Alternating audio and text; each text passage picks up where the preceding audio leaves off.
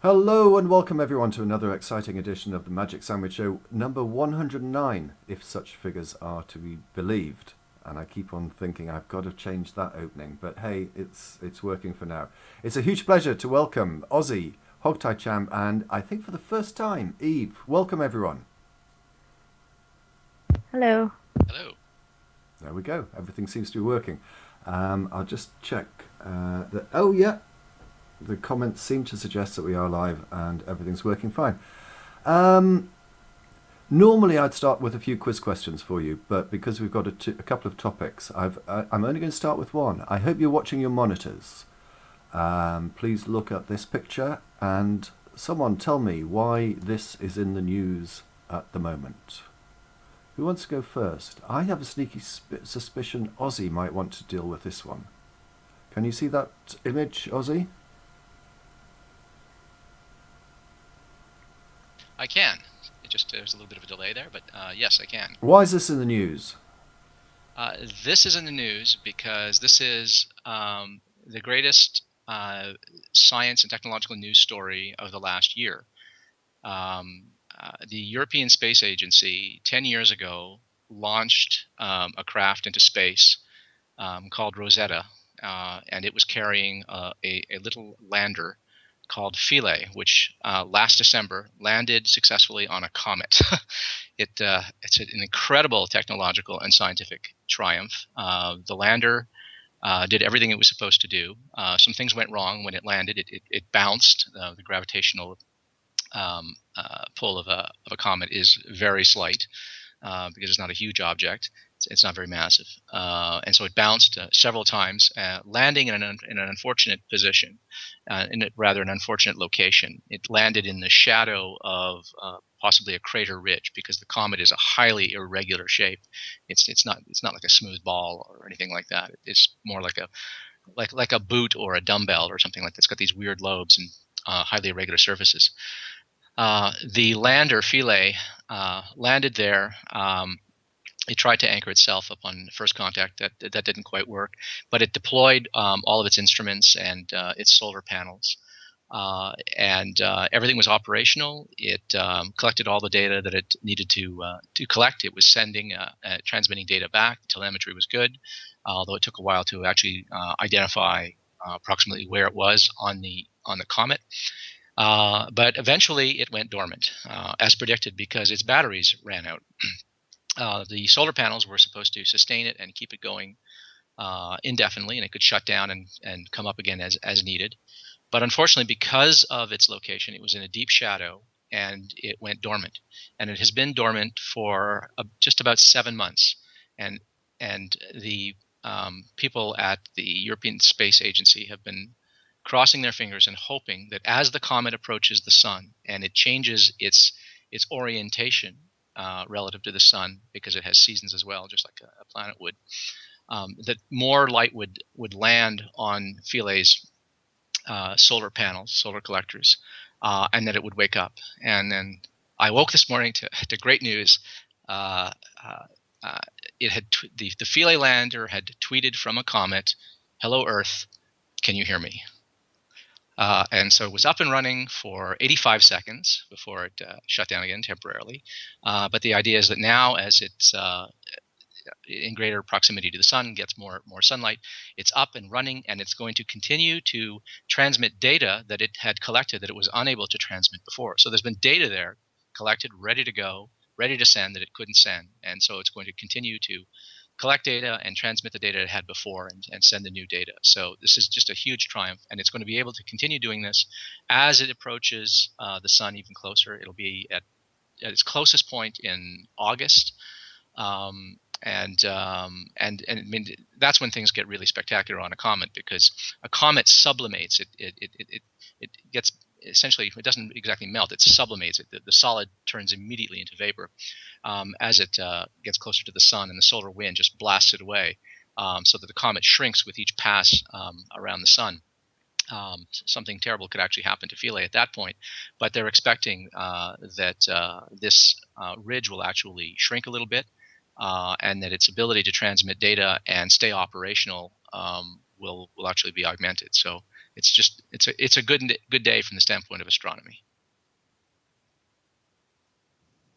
Sorry, let me just unmute myself. Yeah, it's absolutely fantastic. I remember when it first happened, and just thinking how absolutely extraordinary it was that it was possible to send something out into space. 300 million miles, I think it was. 300 million. I mean, that's like 3+ times the distance between the Earth and the Sun. And you said it was relatively small. It's tiny. It's like it's minuscule. 4 kilometers wide, and they could do this. It just completely blew my mind. And then Hogtie's just messaging me saying, "Are you getting my video?" Not at the moment, Hogtie, but your little spinning circle. There we go. We've got it still. We'll see if we can get you back. But on the issue of tweets, we were talking before we went live about communicating via Twitter. And I've got a Twitter account, and it keeps on appearing on the page. Follow us on Twitter at @TheDPRJones. And my understanding is, and this is something I bounced off everyone on the panel today, is if I've got my Twitter notifications open and someone sends a tweet at @TheDPRJones, will it feature? And is this way that the audience can communicate with us during the course of the show? And my technologically challenged panel all said, well, I've got a Twitter account, but either had forgot the password or didn't know how to send a tweet. So if there's anyone watching at the moment, please send, if you've got a Twitter account, send a tweet. I think if you address it to @TheDPRJones, as it appears on the screen at the moment, I should be able to receive a notification. I just thought it would be a useful way of communicating with people. But as I say, no one here seems to know much about tweets or Twitter. But yes, if we're lucky, Philae will help us out, because Philae can apparently send tweets. DPR, can the audience get through to you on Snapchat or Grindr? Did you give those up? I have no idea what they are. That makes it twice as funny. And Grindr sounds like one of those dodgy sort of like sex sites. Is it? Sort of sex. A very particular type. But let's not. Oh, right. I thought you were being serious for a moment. Oh, never think that. Okay. Talking of tweets, I do follow. I don't open up Twitter very often, but I do follow. One of the people I follow, of the 21 or so that I follow, is the Pope. I wasn't going to do this, but let's have a look. And again, you'll have to look at your screen, but hopefully you'll be able to see. This is a collection, should be appearing on Vaughan. There we go, of some of the tweets that the Pope has made in the last few weeks. And I have to say that they are the most boring, uninteresting, vanilla messages that you. It's just pathetic. This is a leader of one of the biggest religions in the entire world, and this is a sort of nonsense that he could. Can you actually read them? Yeah, they're quite clear. Yeah, it's big enough to read. Yeah, I mean, it's just where is it? I had a fortune cookie the other day. Oh yeah, there we go. Literally, and the message I had was, "Travel is in your future," and I immediately thought, well, that's about as vanilla and pathetic as the Pope's tweets. But there was one in there that I didn't fully understand. It's the middle one. Can anyone tell me what the 4th commandment is? We can observe the 4th commandment by loving visits to our aging grandparents. What is the 4th commandment? You got to watch, because they're numbered differently. You know, like they're not the commandments aren't laid out in the Bible as like verse 1, verse 2, verse 3, verse 4, and then we number them 1, 2, 3, 4. Wikipedia has a great guide, which I will retrieve right now, to, depending on your faith, how you number them. I was a little surprised to learn that they're actually numbered differently. Well, let me grab that. Would that be like honor your parents? Yeah, it's honor your parents. Yeah, but well, that's what I thought. But that's not in the classic representation of the 4 commandments. The 4 commandments, the first 4 are all about God, and I can't remember which particular one. It might be the Sabbath. The first one is first not. three are No, theological. the first four are all about God. No other gods before me. Don't take my name in vain. Keep the Sabbath holy. And there's another one. I No, think no that other gods before me. Right? Did you say that I one? don't know, but anyway, there we go. But you'd imagine. I would have thought, okay, he's restricted to 140 characters, but it's just awful. Yeah, no, I felt somewhat you embarrassed. can say. Sorry, I've just got to say this. I felt somewhat. Well, I'm not embarrassed. Is the wrong word, but I noted when I checked on the Pope's latest tweets, as you could see, that there were other people following him, and the two that were named were Non-Stamp Collector and Matt Dillahunty. So I thought, well, I'm in good company following the Pope here, along with a few hundred other thousand people doing it. But I just think it's absolutely fascinating that they're just so dreadful. Anyway, we have serious issues to talk about. The first is autism, and the second is apologetics, which we'll come to later. We're going to kick off with autism, and I'm going to invite Ozzy, please, to introduce this topic for us. Ozzy. Sure.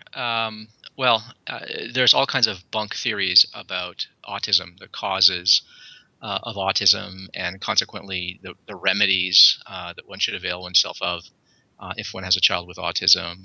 And Jenny McCarthy has probably done, by herself, done more damage than almost anybody else, except for Andrew Wakefield. But everyone's sort of heard of some of these crackpot theories and the problems with vaccinations and that sort of thing. And I thought it might be a good idea to talk to someone, a mother who has a child with autism. And so we have Eve Reele, who's joining us on the panel today. Eve is a YouTuber. She's active in the YouTube Google Plus community, the Great Debate community. She participates in Hangouts. She has a YouTube channel where she talks about issues within the Great Debate. She was a former fundamentalist Christian, now turned atheist, and self-identifies as an anti-theist. But she has a young son, approximately 11 years old, I think, who has autism. And she herself had some difficulty identifying that her son was autistic, as is often the case. And at some points, she was trying to figure out what could have caused it, what was wrong with her son, and she entertained some of these quack theories. And she's, of course, since then done some homework, found out, what was sort of wrong in her thinking, sort of misidentifying correlation with causation and that sort of thing. So she's here on the panel today to join us and talk about some of her experiences and some of the specific theories that she's heard and some of the evidence that she has about autism that would counter those. So Eve, did you want to say something about this? Did you want to introduce yourself? Thank you. My name is Eve. I do have a son that's autistic. He's 12, not 11, but close enough. And I would have to say that a lot of the reasons why I got into some of the conspiracies and things involving autism is because of exactly what you were saying, Ozzy. There was a little bit of causation, correlation issues going on. I know that a lot of times when you start to see signs of autism in your child, it's usually going to be around the time that they're getting multiple vaccinations when they're toddlers and when they're infants. And so I think a lot of parents automatically make that connection, and they want to research it and look online, and you got all of this misinformation online about vaccinations being the cause of autism, and it's really not the case. I also have, because of my fundy views at that point in time, it kept me from seeking more medical help for my son. The vaccination issue, when people really start to buy into that, I think that also places fear into them of the medical industry. They want to protect their children. So they may even come to the point where they don't get their kids vaccinated after that. And I think that that's really dangerous for the public and for their children. Sorry, I'm just curious. Did you have any reservations about having your your children, because you had other children afterwards, did you have any reservations about having your children vaccinated as a result of Yes, this? my oldest son, just a couple of years ago, about 2 years ago, had to get 6 vaccinations because he was behind in one visit. So it definitely kept me from getting my kids vaccinated. It also kept me from just taking them to the doctor regularly, like you should as a parent. So it really caused a lot of fear there. One thing that autistic parents are going to hear a lot of that I wanted to bring up, and it's really bothersome, is everyone, once they find out you have an autistic child.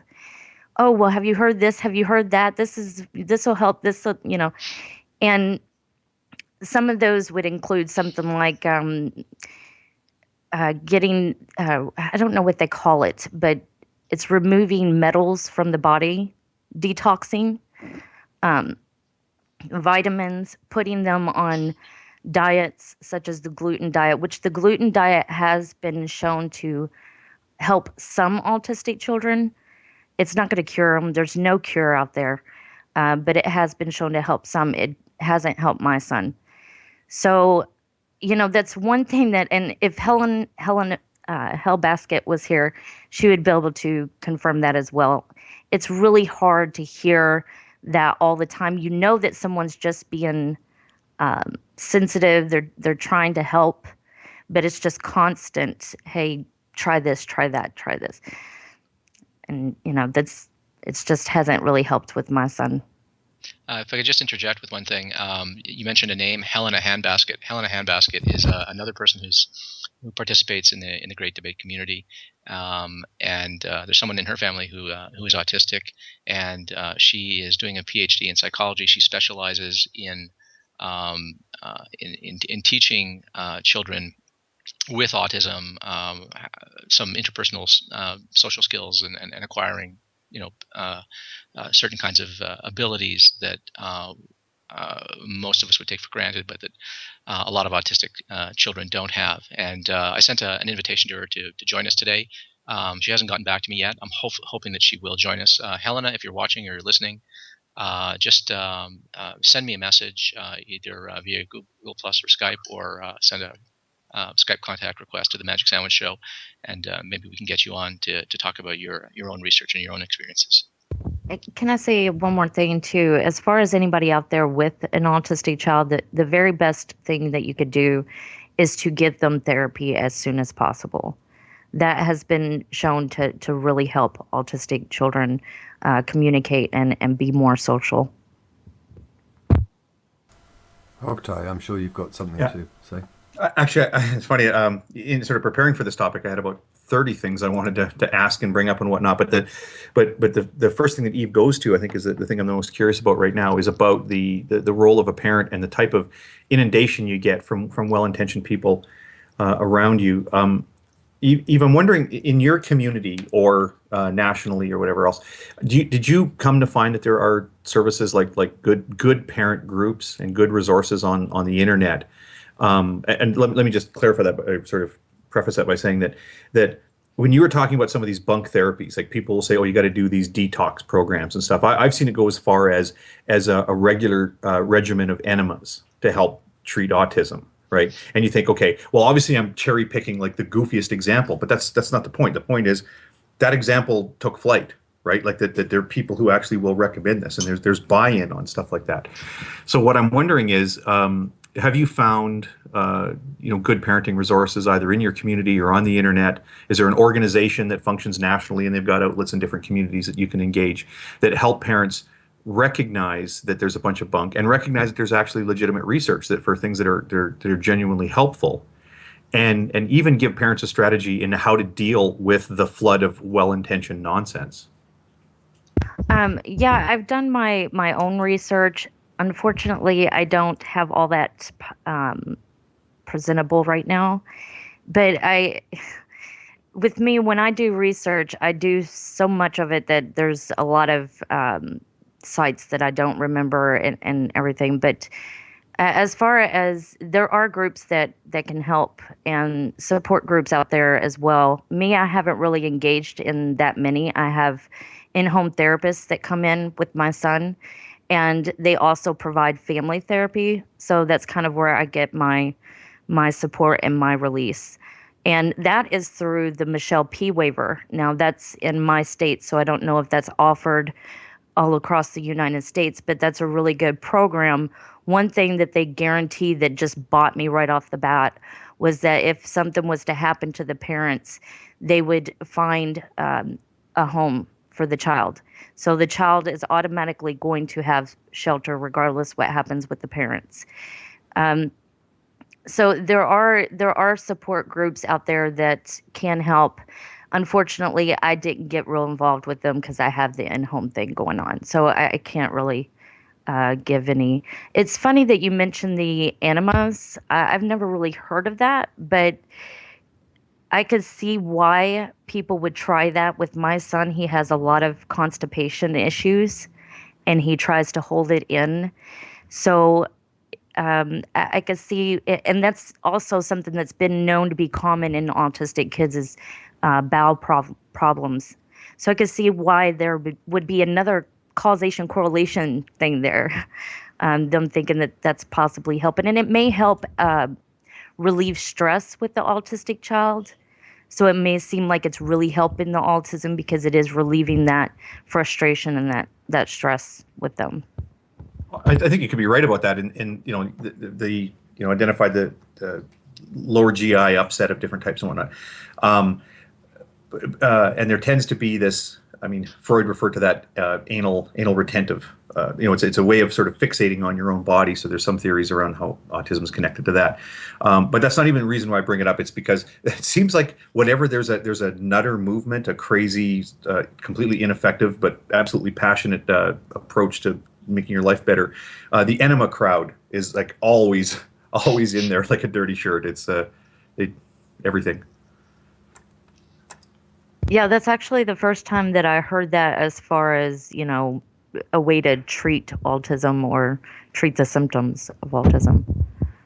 Which is odd because I've heard so many things. Yeah, and I'm looking at so you said the Michelle, it's Michelle P, like the Michelle P waiver. I'm not familiar with the program. Obviously, it's something that would not apply in my country because we don't have the same funding structure for. So I can't tell at quick glance whether it's a state level or I see a lot of reference to one particular at the risk of sort of. You cut out there a little bit. I don't know if that was on my end or. Okay. Yeah, I was saying in terms of the Michelle P waiver, I don't know. Just repeat what you said, Hogtie. You Yeah, just broke up momentarily. Yeah, the Michelle P waiver. I don't know if it's a national program. I'm seeing reference to it in one particular state, and I don't want to say which state it is at risk of sort of giving people clues to where you live. But if somebody knows, or I'll continue to look, but it may be a national program. I don't know. But you said Michelle P waiver, yeah. It's not going to matter if you mention the state. I mean, I mention what state I'm in all the time, so that's not a big problem. I do that on videos all the time. It's not a secret. But I was thinking that it probably was just for the state of Kentucky. But I do think that they probably, if people look them up, I'm sure that they have a site where they have other resources that people can look into. So it is, if it is just for Kentucky, then, I'm just saying that's the program that I'm involved with, and they're really good, and I'm sure there's offshoots of that program. Eve, there's a question in the live chat from someone. Simon1234 asks, Eve, does your son go to a special school or a regular school? My son went to regular school up until this past year. He went to regular school with disabled classes where they also offered therapy. Now he's in an alternative school. It's done really well. It specializes in technology, so they're actually going to be trying to implement voice recognition technology. He's nonverbal, so this is going to help him to be able to, point at a picture, push that picture on a device, and it will actually read that picture in voice. Oh, that's cool. I have another question for you, if I may. Yeah. Um, we had a conversation about this not too long ago, where you were explaining to me uh, why you sort of were so susceptible to this sort of correlation causation thing with vaccines and stuff like that. You talked about the fact that um, uh, these deficits in your son were not apparent. He wasn't very behind or anything. He was only a little bit behind, like a month behind in certain abilities, like walking and standing and things like that.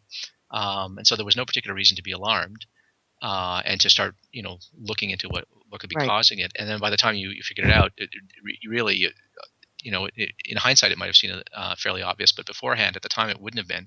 But you also mentioned something interesting to me that I had never heard before, and that what often happens with autism is regression in abilities. Could you talk about that? Yeah, it's something that I'm still, that aspect of autism is something that I'm still looking into. There's a lot of information that says that regression can happen. There's a lot of information that says it was just misunderstood to begin with. Could you explain what regression is for the viewers? Regression is like going backward instead of going forward. And So that's, losing an ability. yeah, and it's how it seemed with my son, because my son's actually, he's nonverbal, and he actually, I've heard him say two full sentences and single words on a daily basis when he was 1.5.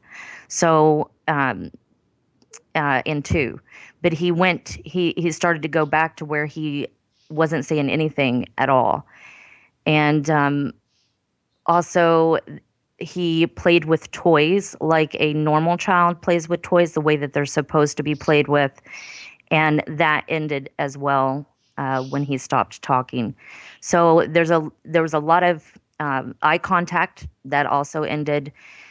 There was a lot of things that didn't appear abnormal with my son at first.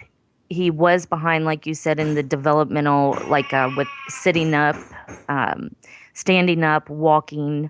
He was behind in those areas, but he was a really fat baby. So I never thought, anything of that. I thought it was just because he was really plump. And he was also only about a month behind. It wasn't like he was really far behind or anything. So, yeah, those things that happened when he started to not speak and started not playing with toys the correct way and not having eye contact. This was around the same time that he had gotten 4 shots in a row, and it was because he was a little bit behind. I trusted his doctor. His doctor said that it would be okay. And he also developed high lead content. And so all three of these issues caused me to think, well, there's got to be a connection here. I mean, all three of these things are happening at once. There's got to be something here. And that's what got me, and especially my mom encouraging this as well. She was saying that she had been looking up online, and vaccinations are causing autism and everything. So it got me into wanting to look into these things. And unfortunately, I started to believe this stuff. And I didn't, I also, and this is something that I regret, didn't get my son diagnosed until he was about 4 or 5. So it was several years after he started showing signs. And I think a lot of that was, a part of me didn't want to believe it. And then there was a part of me that was, being a fundy Christian, if this was the case, this was God's plan anyway. So I just wanted to kind of throw that out there. If I could just make a sort of a comment about that.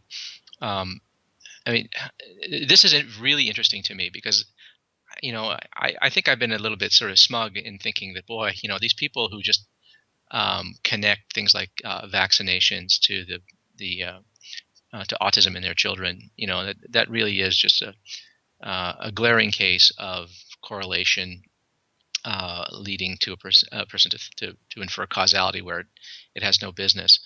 But I mean, if there really are sort of regressions like this, if there are really instances where your child seems to be progressing fairly normally and then suddenly loses certain cognitive capacities or intersocial capacities or anything like this or emotional capacities, you're going to think, wait a minute, everything was going along smoothly, and then something interfered, right? It makes perfect sense for a person to start casting about.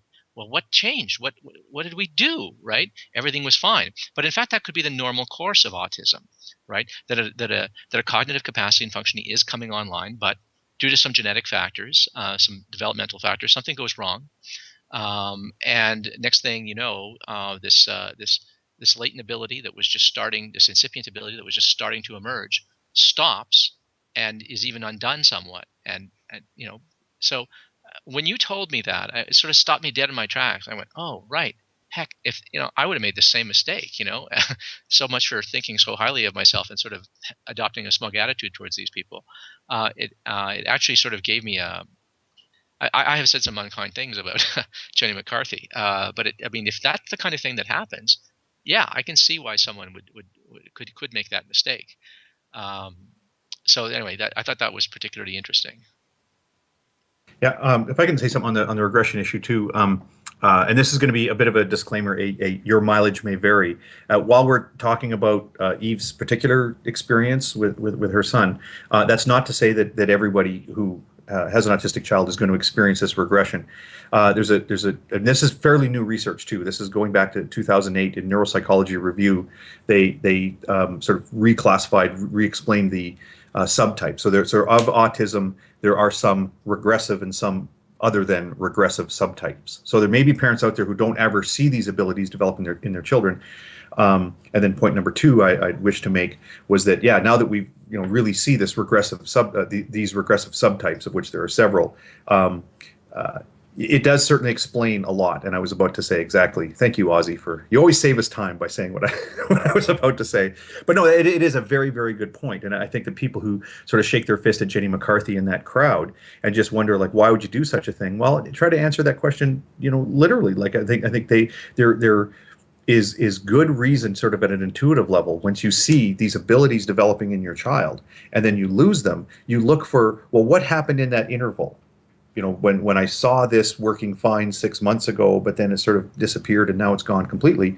Do we live too close to the power lines? Like, so it does help explain why in some of those cases it does send people, as you say, casting about for an explanation that's related to the environment now, as opposed to something genetic with the child. And as far as Jenny McCarthy, I think it would be good if everybody kept in mind as well that, parents loving their children are going to want to know what it is. And it may drive them to the extreme, but it's purely out of love for their kid and concern for their kid. So I absolutely get what you guys are saying, and I think that would be great for people to keep that into consideration instead of just jumping on, knocking these people. That's another thing that you bring up there, the love of your children. Imagine if you have more than one child. You've got a child, and this has happened. Your child has developed autism or been diagnosed with autism. The only explanation that you can come up with, that you can think of as sort of a cause that could have triggered it, is something like vaccination or some other thing. Living too close to the power lines or whatever. And you have other children, right? Are you going to take the chance? Are you going to vaccinate your next child? Right? If you have some reason to think, as you see it, that a vaccination is causally responsible for this, are you going to take that chance? I mean, we are really highly risk aversive, right? As a species, right? Well, as well we should be. We need to be risk aversive, and so there's a lot of false negatives and false positives, type 1 and type 2 errors that we make, but a lot of it has to do with the desire to avoid harm and risk where the stakes are really, really high, and where the well-being of your children is concerned. Man, you'll do almost anything to avoid letting harm come to your children, right? So if that's what you've identified as the most probable cause, then of course the next child comes along, you're going to say, nope, I'm not taking that chance, not again. And then of course, if the next child doesn't develop autism,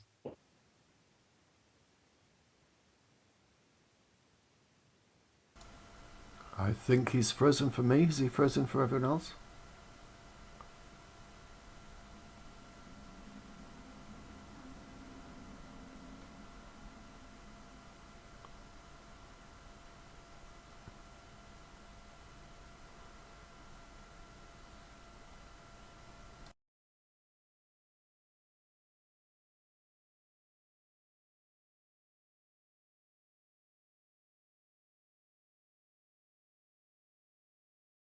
Let's check our feed here to see. Uh, uh, hmm.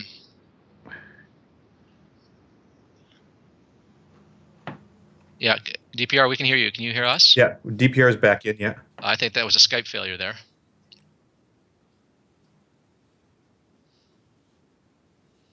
I'm here. We do hear Eve by audio. Yeah.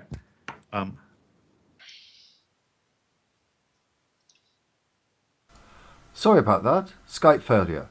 Not my fault. I swear it was not my fault. That was down to Skype. I think we're back. Can we be heard? Yeah. Someone. Yep. Back. Yeah, we're back in the Okay. same settings that we were before. Yeah. There we go. Thank you. Sorry, do carry on. Well, I guess I would have cut it. I can catch Ozzy at the point. Oh, I thought I could remember what was the last thing he said. I had it and I lost it. He was talking about if the next child doesn't show signs of autism. Right. Oh, that was right. it. Yeah. Yes, thank you. Yeah. So, I mean, if you have a child that has autism, and the best thing that you can come up with as an explanation is vaccination, you are of course not going to want to take a chance and vaccinate your next child. So, what happens when your next child comes along and you don't vaccinate that child? Well, chances are that child's not going to develop autism anyway. Probably wouldn't have had autism anyway, one way or the other.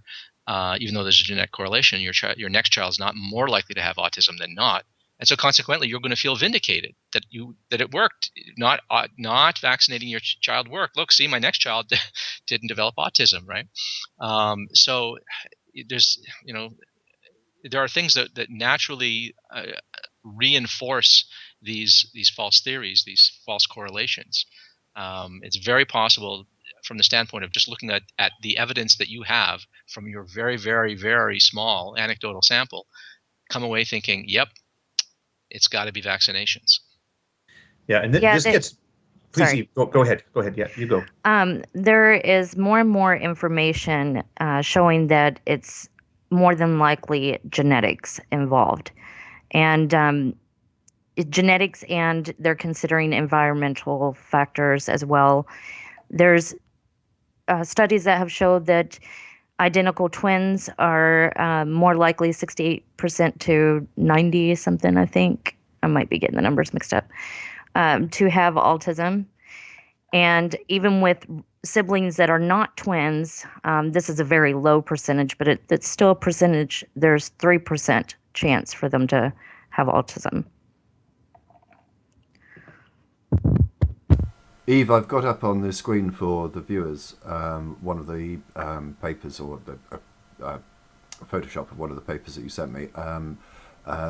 Please feel free to send me anything else, and I'll include it in the description of the video when this is ultimately uploaded onto YouTube, which should take place probably later this evening, but certainly within the next 24 hours. Okay. So Eve, I have another quick question for you. You've had other children since.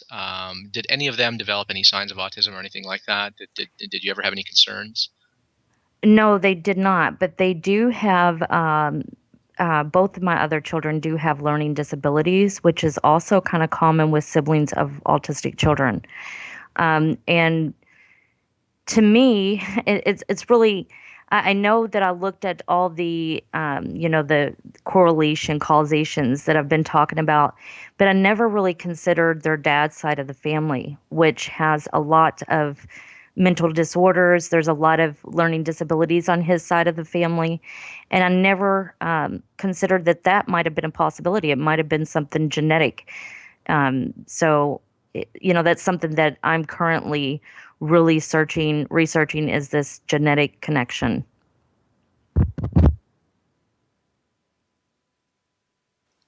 So I'm curious. Maybe I should let someone ask a question, but if no one has okay, I'll go. If I can, just real quick, just a disclaimer. I'm not suggesting that because my kids have learning disabilities that it's associated with the autism. It's just something that I am looking into.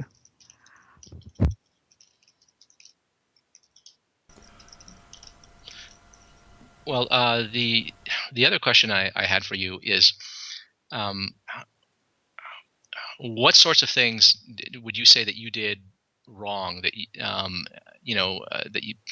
you would do differently now, knowing what you know? Like, what sorts of things did you do wrong? What sort of blind alleys did you go down, and false leads did you go down, and bad remedies that you might have tried? Were there any like that? Like, was there anything like that? Well, yes, there was. First of all, not getting my other children vaccinated could have really put them at risk, and others at risk. And so that would be a regret that I had. Another regret would be the denial of my son having a problem. If I would have recognized that and not denied it for so long, I could have had him involved in therapist a lot sooner, which is better for the autistic child. The sooner the better with therapy. So that is another regret of mine. Another regret would be that, I tried at one point, and I really am shameful of this, so it's kind of hard to come out and say it, but I did try at one point to cast out demons from my child. This is kind of something that a fundamentalist beliefs a real problem there, because there's a lot of association with mental illness being caused by Satan when you take these things literally, when you take these beliefs literally. So that now I will say that as soon as that incident was over, something in my conscience told me I would never do that again. That just didn't feel right to me. Mm-hmm. So it's not something that I ever did but one time. Yeah, you come from a very fundamentalist Protestant background, so it makes perfect sense that you would have thought that. I've heard of people from other backgrounds, Catholic backgrounds, for instance. I knew of someone. It's not someone I knew directly. Someone I knew indirectly through other people, from South America, who's Catholic, who had an autistic child, and they performed an exorcism, which was nothing short of brutality. Right, but you can just imagine that if you're walking around with these falsehoods in your head about what causes this sort of thing, and that you think that your child is in the grips of infernal forces, right? If you actually believe that, well, of course you're going to try an exorcism or casting out demons, or or whatever. I mean, most parents would just pray, right? But if you think that there are demonic influences, then you might try casting out demons. And if you believe in the ritual of exorcism, then you might try that. And some of these stories have turned out to be quite tragic. It was very conflicting for me, because there was a part of me that was telling me, no, this is God's plan. God, he's going to do something special with my son. And then another part of me that was, what if this isn't God's plan? This is Satan's influence. It was just very horrific and confusing. Well, I'm curious about. Oh, go ahead, Hogtie. I was say it must be for people of that religious ilk. It must be a very appealing notion, and by appealing, I don't mean makes you happy. I mean you're drawn to it. Where, because again, I know as a parent, I mean my kids are angelic. They can do no wrong. I mean there's these wonderful gifts, and when they do something bad, it's clearly not them. It's clearly some other agent that's been sort of invaded them in some way. It's kind of hard as a parent to sort of admit that your kid does things that you're uncomfortable with, and I think I wonder if that's a big part of the appeal is when you see. I mean, I think too, for some parents,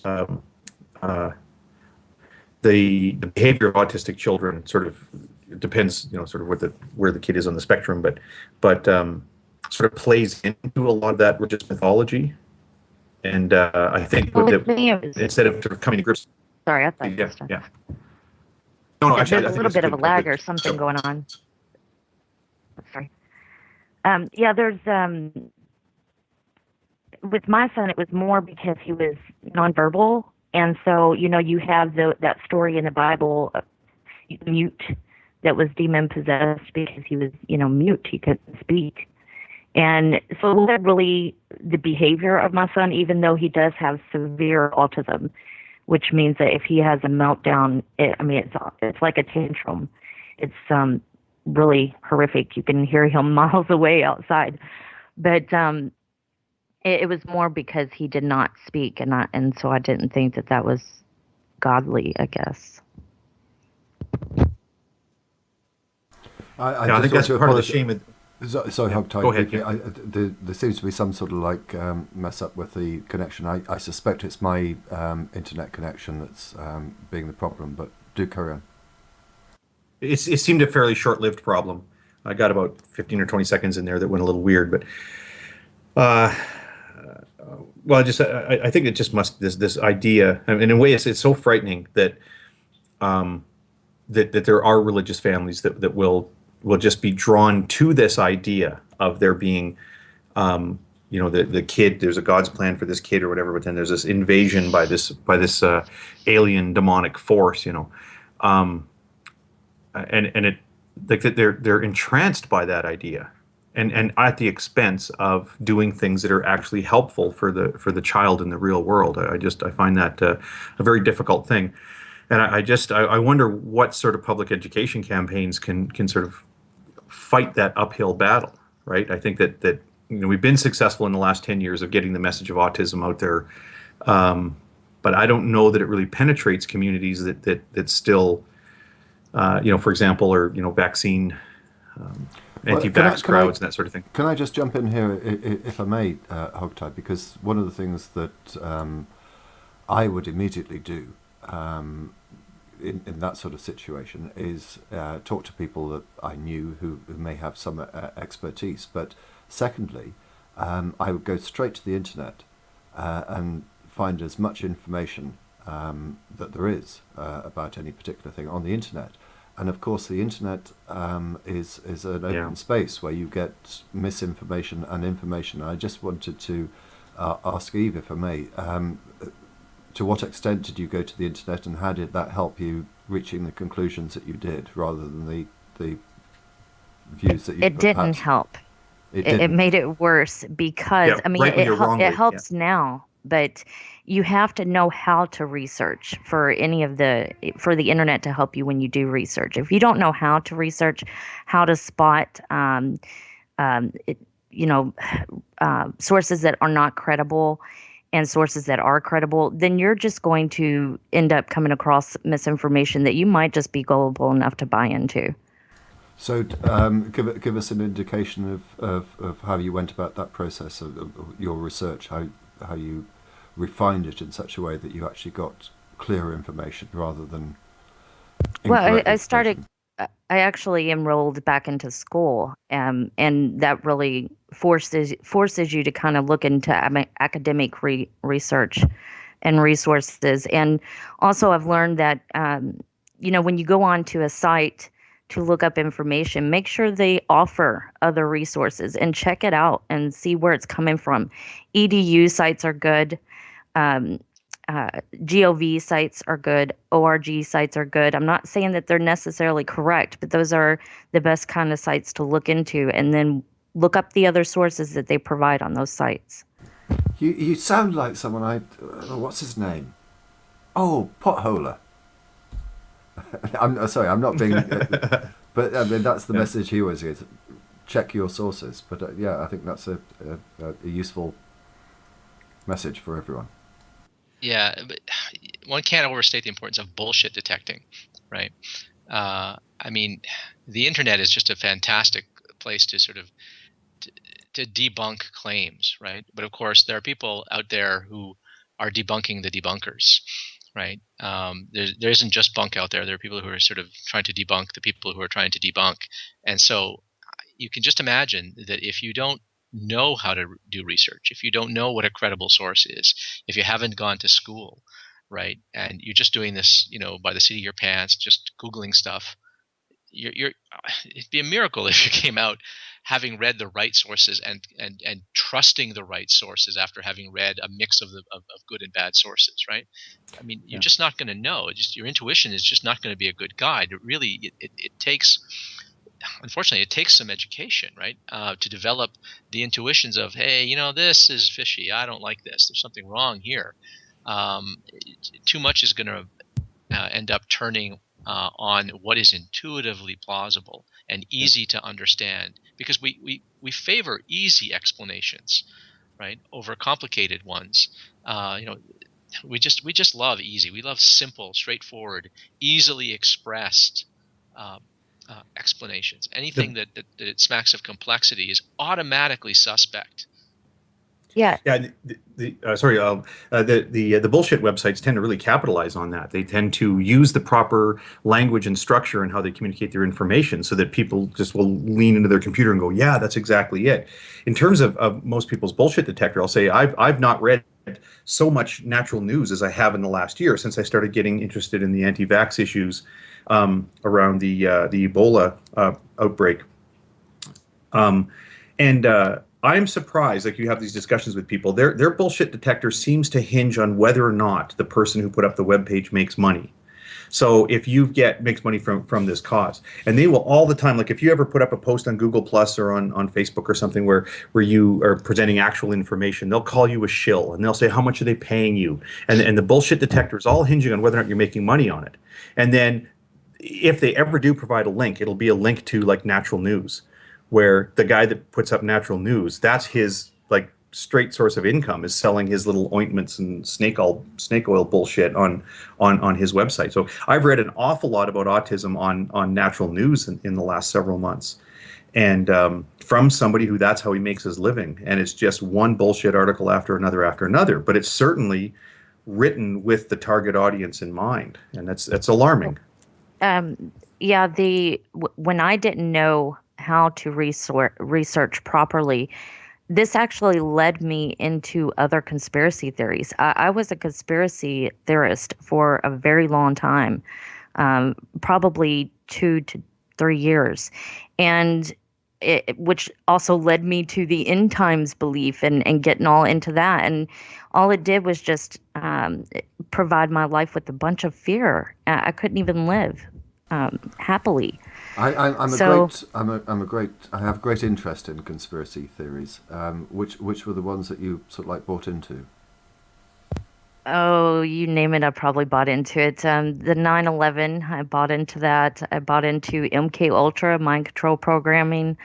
Bought into that. Bought into the vaccination issues, and this overall um, conspiracy that you kind of hear from fundies that the scientists are all conspiring to make it appear that evolution is true and not creationism, and just about anything you could throw out there, I probably Can bought into it. I'm really curious, and I hope you don't mind spending a few moments explaining how you came out of this conspiracy. I won't put it any higher than that. This sort of like conspiracy theorism that you were in. Yeah, yeah. Well, I started noticing inconsistencies in the Bible concerning the end times. The end times in the Bible was plainly stating that it would be in their generation in that time period. And so that made me start researching what the Bible was really teaching and not these people on the internet and the pimps behind the pulpits. And so I started really looking into that, and I actually became a full preterist, which that's when all the conspiracy theories just went out the door for me. Hey, could you just say a word about what preterism is? Because most people are not going to know what preterism is. Yeah, sorry, my daughter was asking a question. Yeah, full preterism is the belief that all of the end times occurred by 70 AD. Right. So the return of Jesus and all that, and this eschatology that we hear fundamentalists talking about, it's all coming in the future. According to preterism, full preterism is that's all done. That's already actually happened.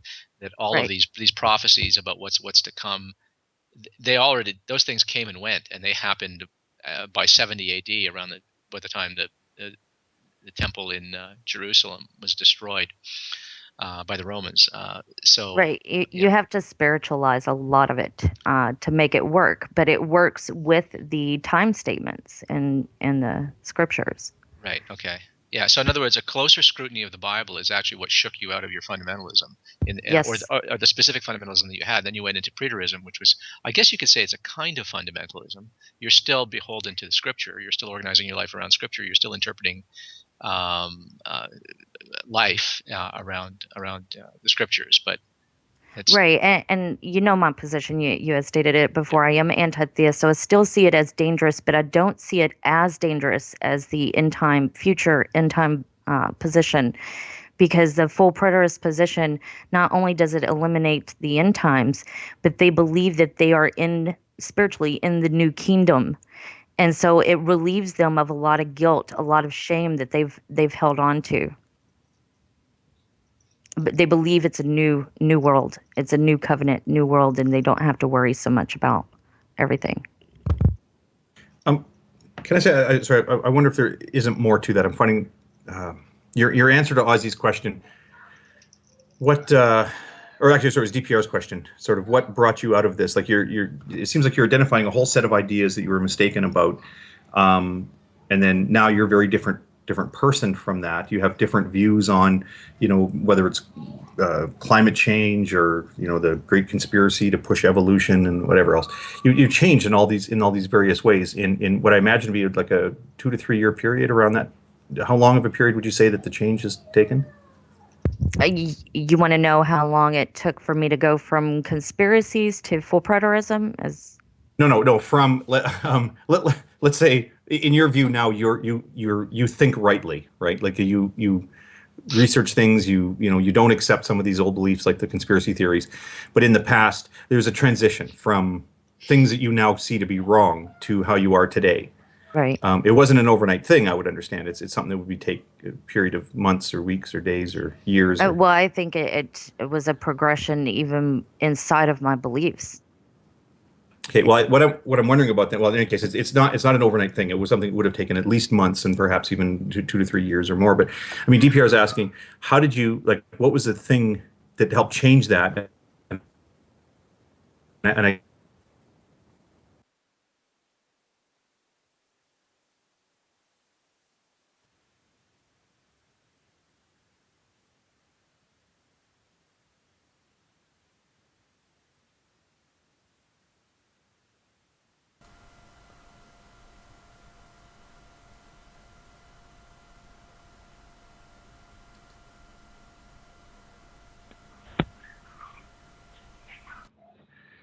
okay, we are back on the air. Yeah, with we're Ozzy. waiting for Ozzy. Yeah, that's such a shame because it was such an interesting question that you were asking. But I haven't got your video back, Hogtie. Okay, I'll need to do this and that just to refresh it. Apparently, and I've had to do it a couple times in the broadcast. If I cycle my camera, I'm. Yep, well, there we go. We're back. Okay. I apologise. Honestly, I didn't touch anything. I didn't touch anything at all. It's not my fault. I did see that the cat walk by. Yes, the cat was in the background somewhere. I suspect it was, again, it's just my internet connection. But Hogtie, to where you left off with me was when you were asking. There we are. We've got you back as well. Okay. Sorry, and you're going to tell me what you last heard, but I was just waiting for Eve to return. Yeah, we've got Eve back. Yeah, I last heard you saying what DPR is asking you is what it was that. Yeah, what it was that sort of had started this slide away from old beliefs now to having a new view in how you look at the world, and you're saying at the outset, and I accept this, that you found inconsistencies in the Bible, but every believer does, right? At some point, well, every believer that actually bothers to look into the Bible, at some point, they're going to find some points that are disruptive to their understanding of the Bible, or even obvious glaring inconsistencies within the Bible. And it makes a challenge, but not a crisis. So I'm wondering, and I'm not arguing with you, I'm just asking, is there more to it than that? You might say that's the kernel or the genesis, but this is a sweeping change in your life. It wasn't inconsistencies in the Bible that at least drew me away from conspiracy theories. It was all these conspiracy theories I had bunched up into this is the end times. This is why all these things are happening. And when I realized that that's not what the Bible taught, and was still a believer, I still really believed the Bible. And to me, the Bible wasn't teaching that. The Bible was teaching that the end times were in that first century. And so with that teaching, that drew me away from the conspiracies. Now, if you wanted to go into how I became an atheist, that would have taken all of those processes, and including when I was a full preterist, I started noticing that you really had to make a lot of things spiritual. They still didn't make any sense. If they were spiritual, what did they really mean? There was just a lot of problems there as well. I don't know if others want to try to flesh that out a little bit. Sometimes like when I meet someone like you that has made this expression of having a large set of beliefs, and they sort of fall off one by one, but in rapid succession, I just, Eve, I want you to understand what I'm asking, because I'm on the search for this recipe. What is it that fixes people and makes them think better? I don't what I want you to hear if you tell me like, oh, well, I moved away from the power lines and then my brain started working properly, or I started on a system of regular enemas and then all of a sudden I realized like these conspiracy theories. I can tell you what it is. No idea. Please, that's what I'm looking for. Okay, what it is that this whole entire process, even though it was a long process, started when I was ready to question what I was taught. Instead of going to church and just buying into what they were teaching me, instead of just buying into what my family taught me, I didn't go to church, and I said, I'm going to figure this out on my own. And I want to know what the truth is. If you don't have an interest in the truth, then you're going to be, what's the word I'm looking for? It starts with the C. You're going to be content in whatever your parents passed on to you. And I had a love for the truth. I wanted to know what the truth was. And with believers, I think what's going to happen first is they're going to test their own belief. They're going to look within their belief first before they look outside of their belief. Yeah, what I find hard about that answer is, and what you describe actually sorts well with my own experience, because I started off as a fundamentalist, although I was a very young man, really an adolescent when I tumbled out of my faith. But what you said sorts well with my experience. But to me it felt like, when I look back on it, and it's hard because it was so long ago, and my thinking on these things wasn't very clear, very good. The point that you describe of okay, now damn it, I want to know the truth. I'm tired of just espousing what I believe, which is just repeating what other people have said, and I did sincerely believe it, but now I want to know. I want to find out, what if I'm wrong? That seems to be the thing. Like, I want to find out if I'm wrong. But in a way, I can't point to what took me to that, because that was a fundamental shift. Like, at some point, you decide, okay, if I'm wrong, so be it. I want to know if I'm wrong. I want to know it. I want to find out, because I want to be right. But that means that I could be wrong, and if I could be wrong, I need to know that. And I'm gonna look at this afresh, and I'm gonna rethink it. And there's something about willing to be wrong, and as you say, not just be content with what you believe, but to be content with being wrong, right? A preparedness for error, a resignation, like, oh well, if it turns out it's bunk, well, I'll just eat that,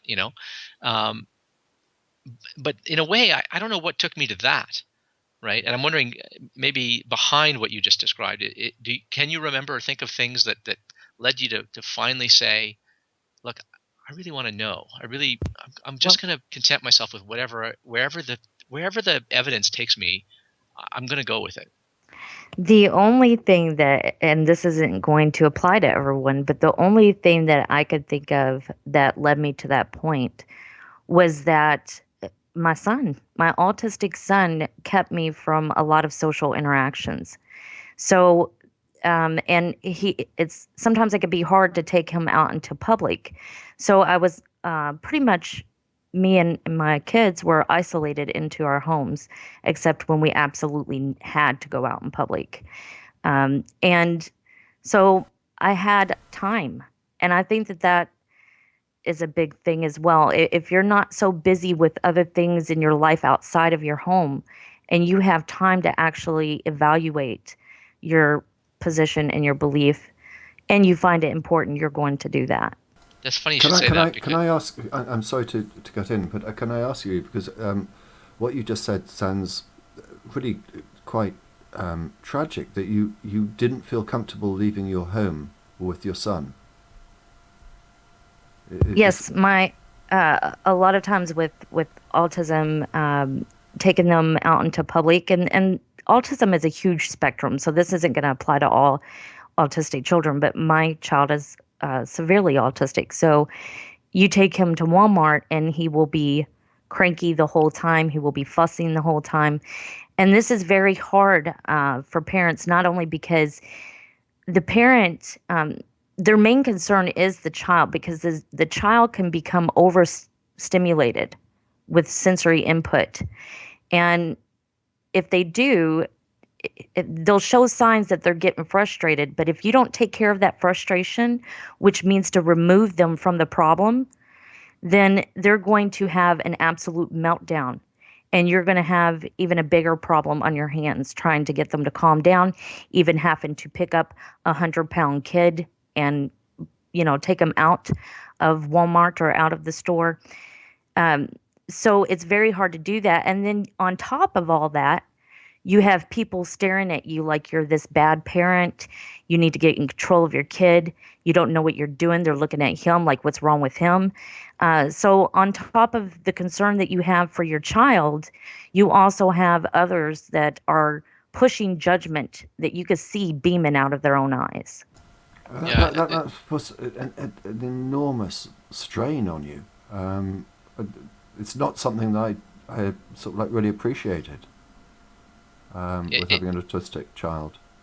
if you want to see, if you want to get a glimpse into Eve's life and the difficulties of rearing an autistic child, the kinds of difficulties that a parent has, go to Eve's channel. Go to Eve Reele's YouTube channel. She has a number of videos there, including a few about her son and what it's like, and she speaks extremely frankly and candidly.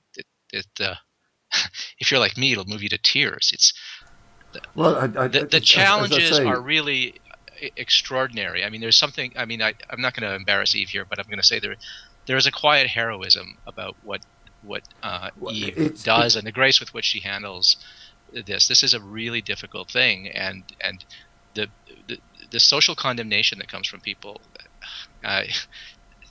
that's got to be really hard to swallow. On top of it, the difficulties that she has to face.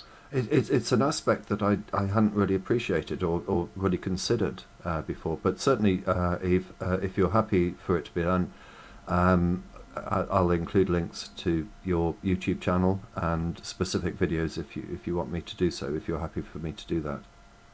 Okay, yeah. I can do that. Yeah. Yeah. But, thank you for your candor. Yeah. It is. I appreciate your kind words, Ozzy, because it can be very difficult. It is very difficult. And if you look at, I should pull up that site too, and I'm going to pull up a certain site and give it to you, DPR, if I can find it. But there is a site that shares commonalities that families with autistic members have with one another. And a lot of those commonalities include the feeling of isolation, the feeling of judgment, the feeling of social anxiety, the feeling of, or not really the feeling, but financial problems. Most homes, if they have two parents, one has to quit their job if they have a severely autistic child. We're talking about severe here. If it's just a single parent, they're going to have a hard time if they can at all find any kind of work outside of the home. And so there's a lot there that's common among these families. And so you're not receiving just judgment because your child looks like they're out of control from people. You're also receiving judgment because you don't work. You're a lazy mom.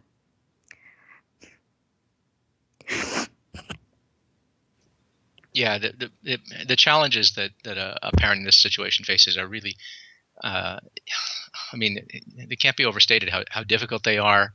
So I really would encourage people to check out the video. I mean, it's really, really easy to say, oh, look, we all have our bag of hammers, well, but some people have a heavier bag of hammers to carry than others, and this is really hard. And one of the things that makes it hard is not just dealing with a child that you absolutely adore, that has this condition, but this judgment and condemnation and stigma, that's got to hurt, right? And of course it does, and evident that it does. So, it's a really serious condition, and it's no wonder that parents who are faced with this kind of thing are desperate to find an answer, desperate to find what could have caused this, right? Is it something that I did? And this is one of the worst things about the whole vaccine thing is if it were true, it would mean that it is something I did. I did this to my child. It was so easily avoided. And so, of course, next child comes along, I'm not vaccinating my kids, never again, right? It's the kind of thing that can be soul destroying. And Eve, like you, go ahead. what's your child called? Can we give him a name? Is that okay? Yeah, his name is Zachary. Zachary. Yes. What's the long-term outlook for him? That really isn't known. I mean, it just depends on if his therapy helps, if they find the right things that will help, because it's such a wide spectrum that one way of therapy, one method of therapy is not going to work with all autistic children. So it's just kind of a trial and error process of finding out what's going to work for him. Yeah, and it's important to find out what does work and to have therapy at the earliest possible stages, because you have to remember that there's a little person here, right? That little person doesn't understand what's going on. It's not like you can sort of explain to your child, oh well, you have autism. Here's what the problem is. If a child has severe autism, that's precisely what you cannot do. That child is often frustrated and often unhappy. Although it has to be said, I've seen the videos that Eve has put up, and there is a happy, smiling, laughing little boy there. You can see the little happy child in there, but then then there are these very unhappy outbursts of confusion and frustration that really, like a baby, because he's not verbal, he can't explain what's bothering him, right? So there's this enormous burden on the parent to try to figure out constantly what is wrong, what can I do, how can I alleviate this, and because you don't want your children to be miserable, right? You can't. It's not like, oh well, my child has autism, well he's just going to be miserable, I'm just going to shrug it off. It's easier if you're not a parent to sort of think, oh well, that's what you got to do, but no, you can't. No parent can just look upon their child's unhappiness from moment to moment with indifference. It's impossible. Yes, I'm sorry to I'm go sorry, on. go ahead. No, you first. I was just going to say, with me, sometimes I like to share the struggles of a parent of an autistic child, but with me, I am more concerned with him, and his struggles and the pain that he has to deal with. And I can see as a parent, this little boy behind all of his sensory problems and sensory issues that other people can't recognize. They only see those sensory interferences, and don't see that little boy that I see. I hope it doesn't sound too insensitive if I slightly change the shift of the conversation from Zachary to obviously what we talk about a lot on this show, and that is religion. And I want to ask you, if I may, Eve, what's your attitude to the upbringing that you had and the religious teachings that you had? Is that a fair question? Can we go down this line? Absolutely. If we stay on the autism topic, I might just get more emotional anyway. So this is Okay. this is fine. I am under the impression that the Abrahamic religions are damaging not only to society, but they're damaging to self-esteem and individually. And sometimes I think more times than not, people don't even recognize this until they're out of it. Do you want to expand upon that? I mean, great opening statement. Expand upon it, please. Well, the very core of Christianity, at least, is that you are wicked and sinful and evil in need of a savior. I mean, if this wasn't the core, then there would be no reason for Christ. Christ came because you are deficient. And this very concept can lead one to really not seeing themselves in a good light. I mean, they're nothing without someone else. I mean, that's the exact expression of an abusive husband or an abusive wife telling their spouse, "You're nothing without me." This is like the teaching to children that you're born in sin, you deserve death, you deserve to burn in hell. The only redemption for you is to accept a particular message. This is the gist of what you're saying, I guess. Yeah. Yeah, and I don't think that that even necessarily has to be directly spoken to them for them to get this message from the religion, from the church, from the Bible itself. I mean, there would be no reason for Christ to begin with except that he saved you. And what did he save you from? Even if that's not told to you, you're going to ask it eventually. What am I being saved from? And you're going to realize, well, you're being saved because you're a rotten person, basically. And the teachings that you got, they made you feel that you were a worthless, horrible, nasty person, born in sin, undeserving. Is that the message that you got? Absolutely. And Yeah. I lived my life that way for a very long time as a teenager. If it wasn't for my older son, I might not be here today. Explain. Well, it's a lot of it's personal, but I was a different person that didn't really. Explain so far as you're comfortable to explain. I'm sorry. Okay. I did not care if I lived or died as a teenager. So if you can take that and think about the decisions that I would make with that mindset, I was a wild child. Does someone else want to jump in? I could go on for a while, but Hogtie looks like he wants to chime in. I'm inclined to some extent also to sort of keep it a little bit intertwined with the autism thing, and even broaden it to other difficulties or developmental delays or other situations people have with their kids, and how they feel as a parent. I understand there's a phenomenon, and it's a bit of sort of speculation or induction by me. I can't find any research to actually back this up. But from what I've seen, there seems to be a problem, especially with the parents of a first child, where with very religious people, especially if the child was conceived out of wedlock, or there were some circumstances that the parents would feel like this child is the features of this child is God's punishment on me for my sexual sin.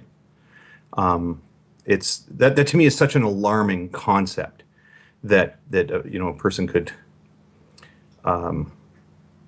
could feel that way about their own child, and even in terms of what was I going to say about how people feel about their kids, and specifically with autism. We'll go back to the autism, sort of the vaccine thing a little bit too. Is this idea that what you're getting is in the autistic behaviors is God's punishment on you for some choices you've made in your life. I think it's a very crippling mindset to put parents into, and to me, it's just a very, very alarming phenomenon. I mean, I'm glad to see that Eve, you've kind of moved from that. But the thing that I see, there are a lot of parents that don't. We talked a bit about the Duggars on a previous show, and you listen to the Duggars talk about the problems they had with Josh. They were very, instead of saying, well, there's something different about our kid that needs to be addressed. Instead, it was just about, well, this is because we're not close enough to God. We got to get closer to God. and they've taken no steps to actually address underlying issues. And I think for parents of I mean, when I talk about these other kids with developmental delays, I actually know of a family, very, very conservative Christian family, that their oldest son, who was conceived out of wedlock, was born with Down syndrome. And there are two parents that are just absolutely self-abusive and self-flagellating over their view that they caused the Down syndrome in their child, because for some reason God wanted to treat them that way. And I'm so disturbed by people who look at their own child as as punishment from God. I'm This speaking in generality. I'm sort of half asking if that resonates with you, without suggesting that I think it should or does. But I'm just sort of speaking in generalities about it. it does actually. It reminded me of part of the reason why I started to question. I think it was a lot of factors involved with why I started to question. But one of them was that I did blame myself for the way my son was, but I didn't know what it was. I was constantly wondering, well, what was it that I did that God would do this? And then um, I couldn't accept it anymore because I thought it doesn't matter what I do, what I did or what I do. Why would he do this to Zach? Like Zach didn't deserve this. There's no reason why Zach should have to go through this. And it became more of a focus off of myself and onto Zachary. And then an incident happened with him, and I'm not going to get into details about that. Where I mean, I was very distraught about it, and I had asked my mom, why would God let this happen? And she basically just said, basically the common answer, God works in mysterious ways. And I couldn't buy that. That was unacceptable considering what had happened. And yeah, so I couldn't buy into that. That's an interesting thing. How um, you can be content as a believer with something like God moves in mysterious ways, right? This is just a little slogan that allows one to just sort of hand wave away, to just brush aside so many things that should sort of give you pause. But most of the time, when that fails, when that won't work, it's because something has hit home. The moral gravity of a situation is such that you go, no, no, no, no, that won't do here, right? This just hurt me and cut me to the quick, you know. And people, apologists will say, well, see, but this is something that hit you personally and stuff like that. But if you were more dispassionate, you treat it like all those other cases where you hand waved it away. But the answer to that is no. I shouldn't have been content to hand wave away all that other stuff with such a stupid slogan, an appeal to divine uh, uh, providence or something like that, right? That I should never have been content with that, because that was never a rational answer. That was always just obscurantism, and I should never have been content with that answer in any of those cases. And now finally a case has come along that is so consequential to me, I finally just woke up to the fact that that was a bad answer, that I should not have content with myself with that answer in the first place in any of those other occasions. But very often apologists will try to insist that no, see, the problem is when it affected you in some personal, deeply personal way, that's when you turned your back on God, or something like that, and suddenly you were no longer content with the answers that you've been content with all along. And so they see that as inconsequential and a mere emotional response that they can brush aside, right? When really, it seems to me that no, sometimes the emotions are actually right. They properly motivate you to see that a bullshit answer that you've been using across the board was a bullshit answer across the board, but it just took this something that was with moral gravity, that was emotionally consequential, for you to see it. So one has to be careful. One has a tendency to not want to describe those emotive reasons that motivated us away from our faith. We have a tendency to push those aside as those are irrational. because it comes out of some emotion. But that's actually a mistake. I mean, of course, there are some emotional responses that are unreasonable, that don't matter. But this is one of many cases where, in fact, no, that emotional response that bubbled up, that sense of outrage, and no, I'm not just going to take a bullshit answer right. That is actually you finally realizing that it's bullshit, but it took something important for you to realize it. Yeah. Um, uh, it did make me realize that, and that's why I started to question my beliefs and position more. One reason why, anyway. And it's funny because the more that I share that, the more that I get from Christians that my current atheist conclusion is based on emotions. And, it might have been an emotional reason that would cause me to question because it made no sense. It wasn't just emotions. It made no sense that, Zachary would suffer because of me or of some reason that, there wasn't even a reason for it.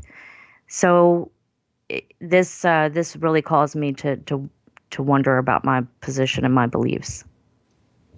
Yeah. Also, it doesn't matter if it's even if it's a purely irrational emotional response that causes you to question and reevaluate. What matters is whether you're reasoning right when you're reevaluating. That's what matters. Am I reasoning right when I'm reevaluating? Not what occasioned me to reevaluate. Supposing I just decide to reevaluate every belief that I have in my belief set. I just start writing down all my beliefs. I list all the things I believe, everything I take to be true, from trivial to philosophically fundamental to my outlook. And then I just say, okay, I'm going to flip a coin. If it comes up heads, I'm going to question the first one. If it comes up tails on the second one, I'm not going to question that one. Every time it comes up heads, I'm going to question a belief, the next belief on the list. If it comes up tails, I'm not going to question it. I'm not going to reevaluate. That would be a terrible criterion for deciding whether or not you ought to reevaluate a belief or not. That would be a terrible motivation for reevaluating things. But what would matter at the end of the day is whether you were reevaluating those beliefs that you did reevaluate on the basis of rational reasons, right? So the motivation for reevaluating your faith or philosophical position or any commitment that you have really doesn't matter that much. What really matters is what criteria are you using when you reevaluate? Are you abiding by the norms of rational discourse when you do so? And if you do so, then it doesn't matter that it was some trauma, some emotional trauma, perhaps a completely irrationally motivated one, that occasioned me to reevaluate. It's always a good idea to reevaluate your beliefs. You shouldn't even have to need a good reason to reevaluate your beliefs. You just need to do so in a rational and principled manner when you do it. Well, I think that's partly why some of my questions earlier, kind of picking at Eve a little bit, were about this experience of becoming a parent, and then because in my view, it just seems obvious that like once you become a parent, like the shit gets real. Like all of a sudden things are really important. When I was 21 and I bought a used sports car, and like I was making decisions in life like whether or not to use petroleum-based engine oil or use synthetics, or should I use the 87 octane fuel or the 92 octane fuel. Like you'd hear things from people that would help you make those sorts of decisions. And were you reasoning properly? Were you using the best sources of information? Were you properly researching? And the answer to all that is, who cares? It's a used Honda. Like, who cares? When I say sports car, it was a Prelude. So I mean, not even like a really high-end sports car. But then when you have kids, like I would like to think of humanity that when you have kids, this thing gets switched on, and you want to know. And I'll say very, very vaguely, like, I mean, our son is a wonderful, wonderful person. We have some difficulties with him that I don't have Eve's courage. So I have not mentioned it on any hangout or broadcast before, because I don't have Eve's courage to lay out his circumstances. Are quite different from what Eve and Zach are going through. But I know that when Caleb came along and we started to discover some of these difficulties, there was an immediate hunger to be like, okay, what is this? How does it work? What do we expect? What can we do to minimize the problems and maximize his potential, and just make for a good, happy life for this child? And I would like to think that that's something that just gets switched on in people, but obviously it's not. I wonder if part of it is like if you have a kid when you're younger, it's like I very kind of motivated and moved by Eve's words about not having time, and then when she had Zach, then now she found she had time to sort of for this introspection and insight and research and reevaluation. I wonder if that's a big part of it. It's just when you're busy, and if you have a kid when you're younger, it's hard to find that time. Whereas obviously I started quite late having kids, and I just find that I kind of started on the right foot, if I can say that. Sorry, Eve, go ahead. Yeah, I had Zachary at 21. So I would say that that's still kind of young, but not too young. But there's other factors as well, though. You want there's a certain part of a believer that might want a God to be true, because if this God is true, then there's a plan for this autistic child. There's a plan. He's going to use it for something great. There's a reason why he's allowed this to happen. And then also with my son not being nonverbal, I had a fear that something was going to happen to him. And so a big comfort to me was the false security of believing that God was watching over him. And that's actually why the incident where my mom said, "Oh, God just works in mysterious ways," really hit me hard, because that incident really showed me that there was no God watching my child.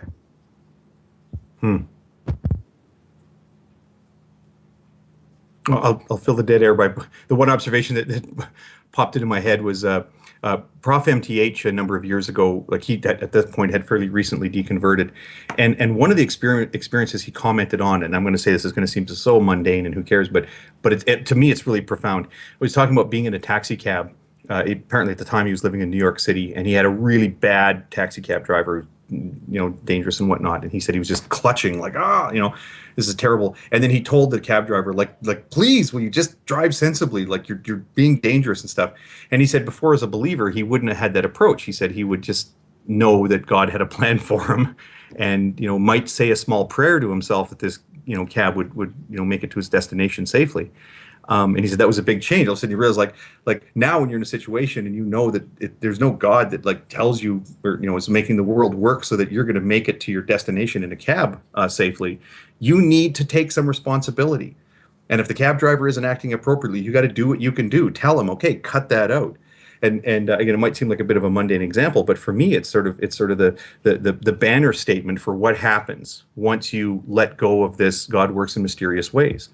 You start to recognize. I've got a problem with that, because no. Well, let me finish before you mock me.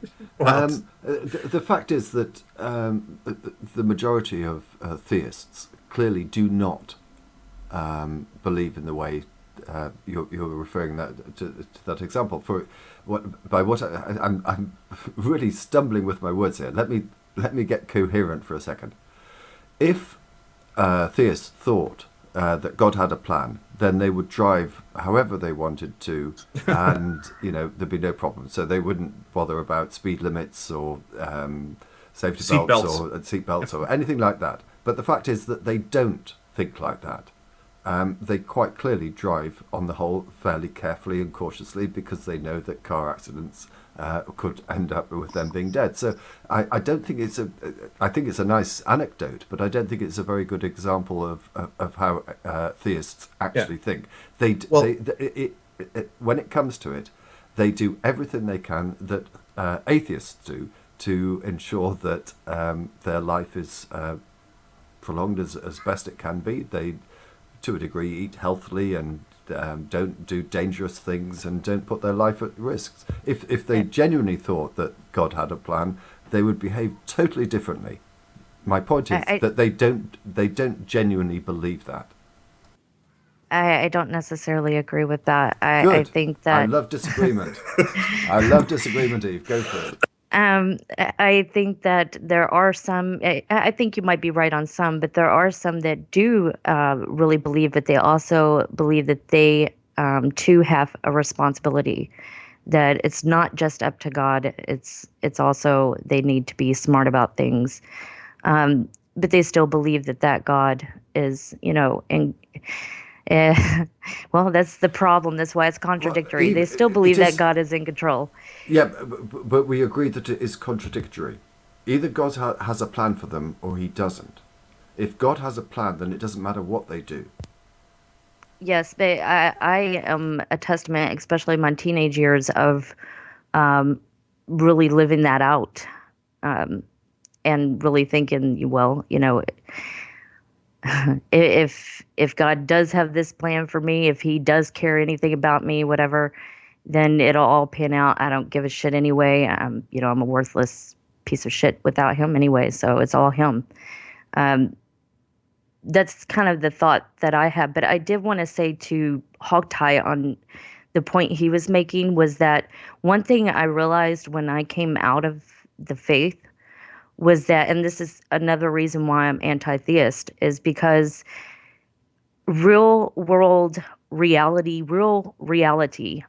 problems and issues, it causes for real world solutions.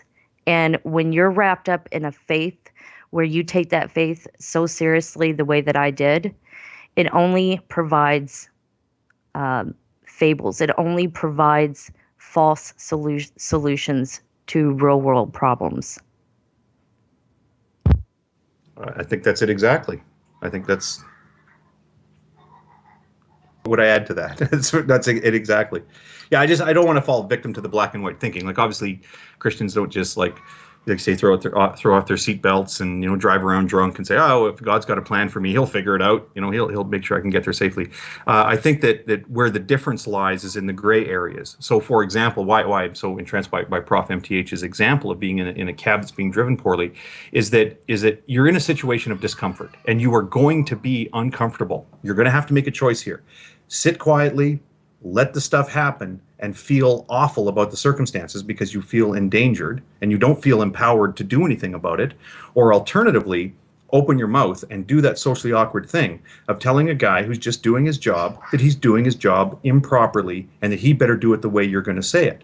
For a lot of people, that's an incredibly, incredibly uncomfortable moment. And under some view, I mean, if you think that, well, look, I don't certainly I've had it come up another time. We've been talking about our kids so much here, but there's a number of things that I've done in my life, when I was younger that I think, oh, whatever, I'm a tough guy, I'm bulletproof, whatever. And now as a dad, like I'm in a car with somebody and they're driving poorly. I have to tell them, hey, slow down. I'm a dad. Like, I have a responsibility. So when you're sort of more tied to the real world, you're willing to go ahead and break that social convention. And you'll tell somebody that they're a crappy driver and that they damn well better slow down or pull over and leave me at a bus stop. You'll go through that. Whereas I think for a believer, it's not a black and white issue. For a believer, the scales will tip over a little bit and they'll feel a little more comfortable staying quiet in those circumstances, avoiding that discomfort because they're not so uncomfortable with this notion that they're going to die in a car accident because, again, they're sort of placated by this view that there's a protecting God that has a plan for them and so forth. But I noticed the time, and albeit a ham-handed segue into what was going to be our second topic, which is gotcha apologetics, which Hogtie wanted to talk about. Let's move on to that. We've got about 25, 30 minutes left, perhaps.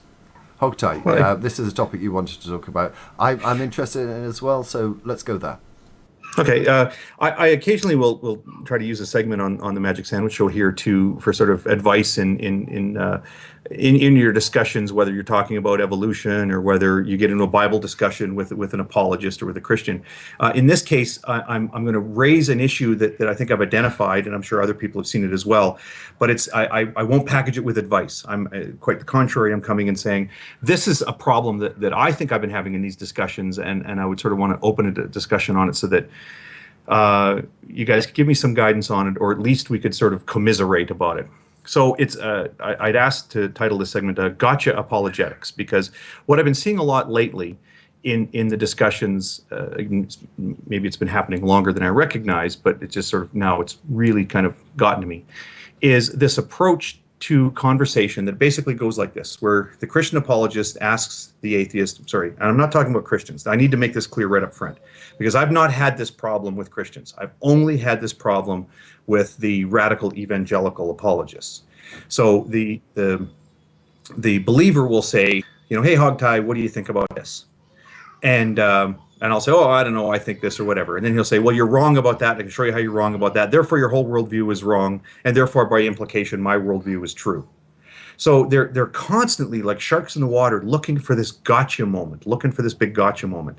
And in a conversation I had with Matt Slick last week, I even had said that in the conversation. I said, is this all you do? Is this all you do? Is you sit there and you look for me to say something that, in your view, sounds crazy, so that you can point to that one thing that's wrong and then tell me my whole worldview is wrong. And his response to that was, well, yes, of course I look for things that are illogical in your viewpoint. That's the whole point of this conversation. He quite candidly admitted that that's his go-to. At one point in that conversation, he asked me, what is the sum of all of the prime numbers? And I said, quite sarcastically, I don't know. How would I know that? Therefore, my whole worldview is wrong. So I think we've all seen this, where that's their view. Rather than putting forward their own argument, they ask you questions and get you to say something so that they can turn around and go, gotcha, on one little point. And from there, throw your worldview, baby out with the bathwater. They won't even ask you questions about your worldview. They just want to catch you in a single mistake. And then you're wrong, you're stupid, goodbye. And then therefore my worldview is right.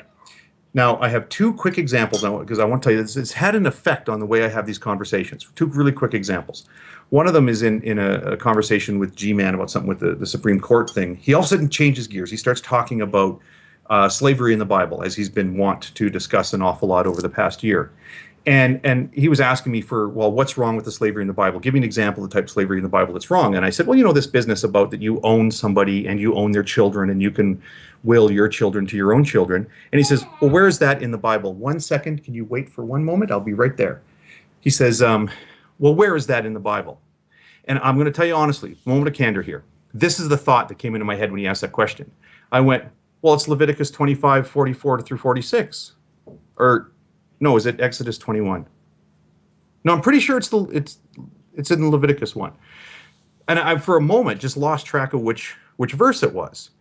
So I said to him, well, this is in the Bible. Like, why are you asking me about this? This is in the Bible. And he says, well, I just want to know, like, where? You show me where. And I said out loud, I'm pretty sure it's in Leviticus chapter 25. It might be in the thing in Exodus, but you know which one it is. And he goes, no, look it up. Okay, fine, I'll look it up. I'll waste time and I'll look it up.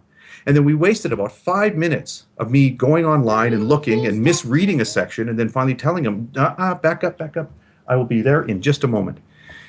And we wasted and I even pointed out during the discussion, I said, we're just wasting time now. Me looking up a Bible verse, exactly, you've had all these slavery discussions, what it is.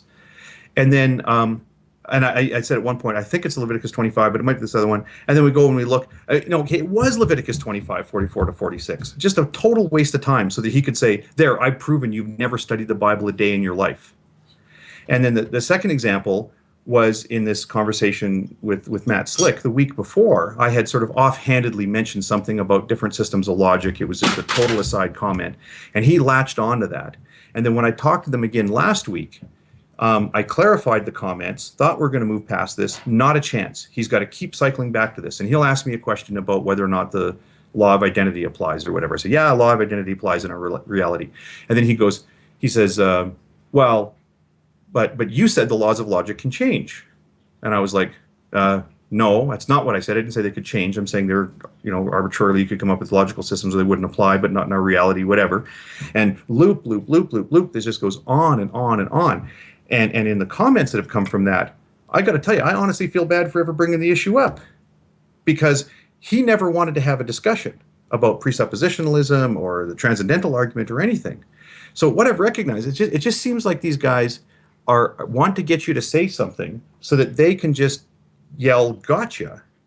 And what I found it's done to me in conversation is that when they ask a question and they say, okay, well, Hogtie, do you think that if there is such a creator God that could do this, do you think you'd be powerful enough to do that? And yes or no? Yeah. Right? They always ask you this, yes or no.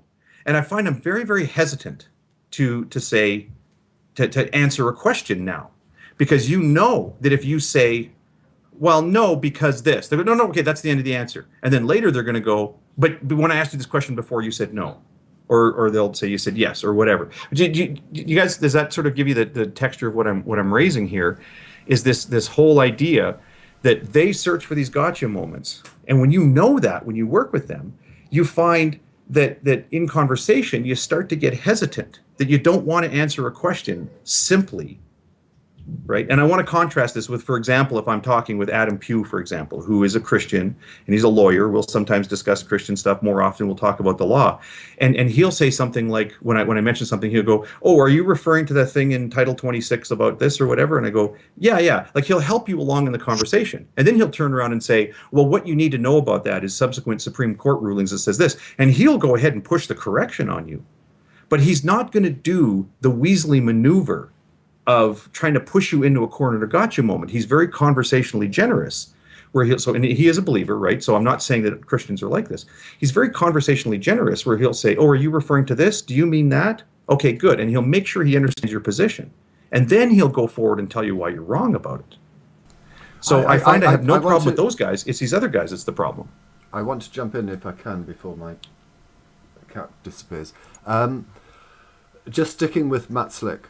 And a conversation or debate that he had with Aaron Ra. Let's use that as an example. And Aaron pointed out, as he pointed out also in a conversation that he had with Saiten Brugenkate on this show, that there seems to be, that their starting point seems to be attempting to undermine in some way your worldview. And once they've done that, they sort of like think that they can then move on and whatever. But one particular question, and this is something that I want to throw at Ozzy, during a conversation between Matt Slick and Aaron Ra, Matt Slick asked him this question when he was failing to make much mileage anywhere else. He said to him, how do you know that you're the same person you were 2 weeks ago? That was good. That was gold, and he wouldn't let it go. And and Aaron provided a response. I don't think it was a great response because it didn't address the, in inverted commas, philosophical point that Matt Slick was addressing. But Matt just ridiculed him in what I consider to be an embarrassing way. But how would you address Ozzy, what philosophical point was he seeking to address, and how would you respond to a question if I threw that? How do you know that you were the same person you were 2 weeks ago, Ozzy? Yeah, well, I remember it. So, and if it turned out that there was something wrong with my memory, I wouldn't know otherwise. We just assume it. I don't think I have a reason that could establish that I am the same person that I was 5 seconds ago, much less 2 weeks ago. Right. I do in fact rely on my recollection, and if you want to posit that my recollection is radically unreliable, well then fine. But I wouldn't know anything. I mean, everything in my belief set could be wrong. You're going nuclear on knowledge here and on the reliability of beliefs when you do that. So that's how I would do it. I would say, no, I can't establish that I'm the same person that I was 2 weeks ago. Right. I mean, my memory could have been, wiped clean. I could have been a different person 2 weeks ago. My memory could have been wiped clean. New memories could have been implanted. All kinds of nightmare scenarios can be concocted, whereby all of the facts that I have in my store of memory and all of the facts around me are consistent with me thinking that I am Ozzy when in fact I'm another person and have been another person the whole of my life, and I wouldn't be able to tell. This is just another way. The point that he was making was he was trying to bring up appeal to radical skepticism, right? So my view is I'd just bite the bullet on that and just say, well, you're right. I mean, it's entirely possible that I'm not who I think I am. Yeah, that's true. That's true of you too. We're all in the same boat. We're all in the same epistemological boat here. You serve no. You don't actually hurt my cause, and you don't undermine my cause, and you do not help your own cause and your own worldview by doing this, because this is an epistemological limitation to which we are all equally subject. And it doesn't matter what you posit. You can posit any old damn thing you want. You can posit that God is the guarantor of your beliefs and he created you with a memory that is generally reliable, and God, being honest, is not a deceiver, and so he wouldn't have done this, and so you could trust your memories. All of this is just a bunch of stuff that's in your head that you remember. And if your memories are messed up, poof, it's all gone. None of it works.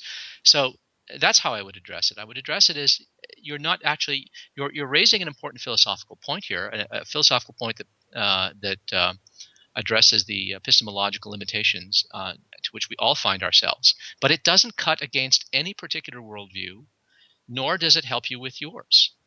So that's how I would have approached that particular thing. I think Aaron Ra was failing to understand that philosophical point that was being raised by Matt Slick, and so he couldn't address it, and he couldn't sort of rebut it that way. So in summary, you basically when you faced with these potential gotcha moments, you concede the point and throw it back at them and say, well, you're criticizing my worldview because of this, but I can make the same criticism about your worldview. Right. Right, but I know the response to that, by the way. Yeah, they'll say tu quoque, but that's not. First of all, that's not tu quoque. Is that what you were going to say, Hogtie? No, it wasn't. Oh. It was to say. So that is, I'm responding to the bite the bullet approach, which I've done. In our first conversation, he says, "Well, how do you know the laws of logic are true?" Or it says, "Well, so basically, you just assume the laws of logic are going to work. That they're good things to assume." And I went, "Yeah, that's part of my assumption, right? How do you get out of bed in the morning if you don't assume that the world is going to be what it is, And he goes, well, you're being illogical.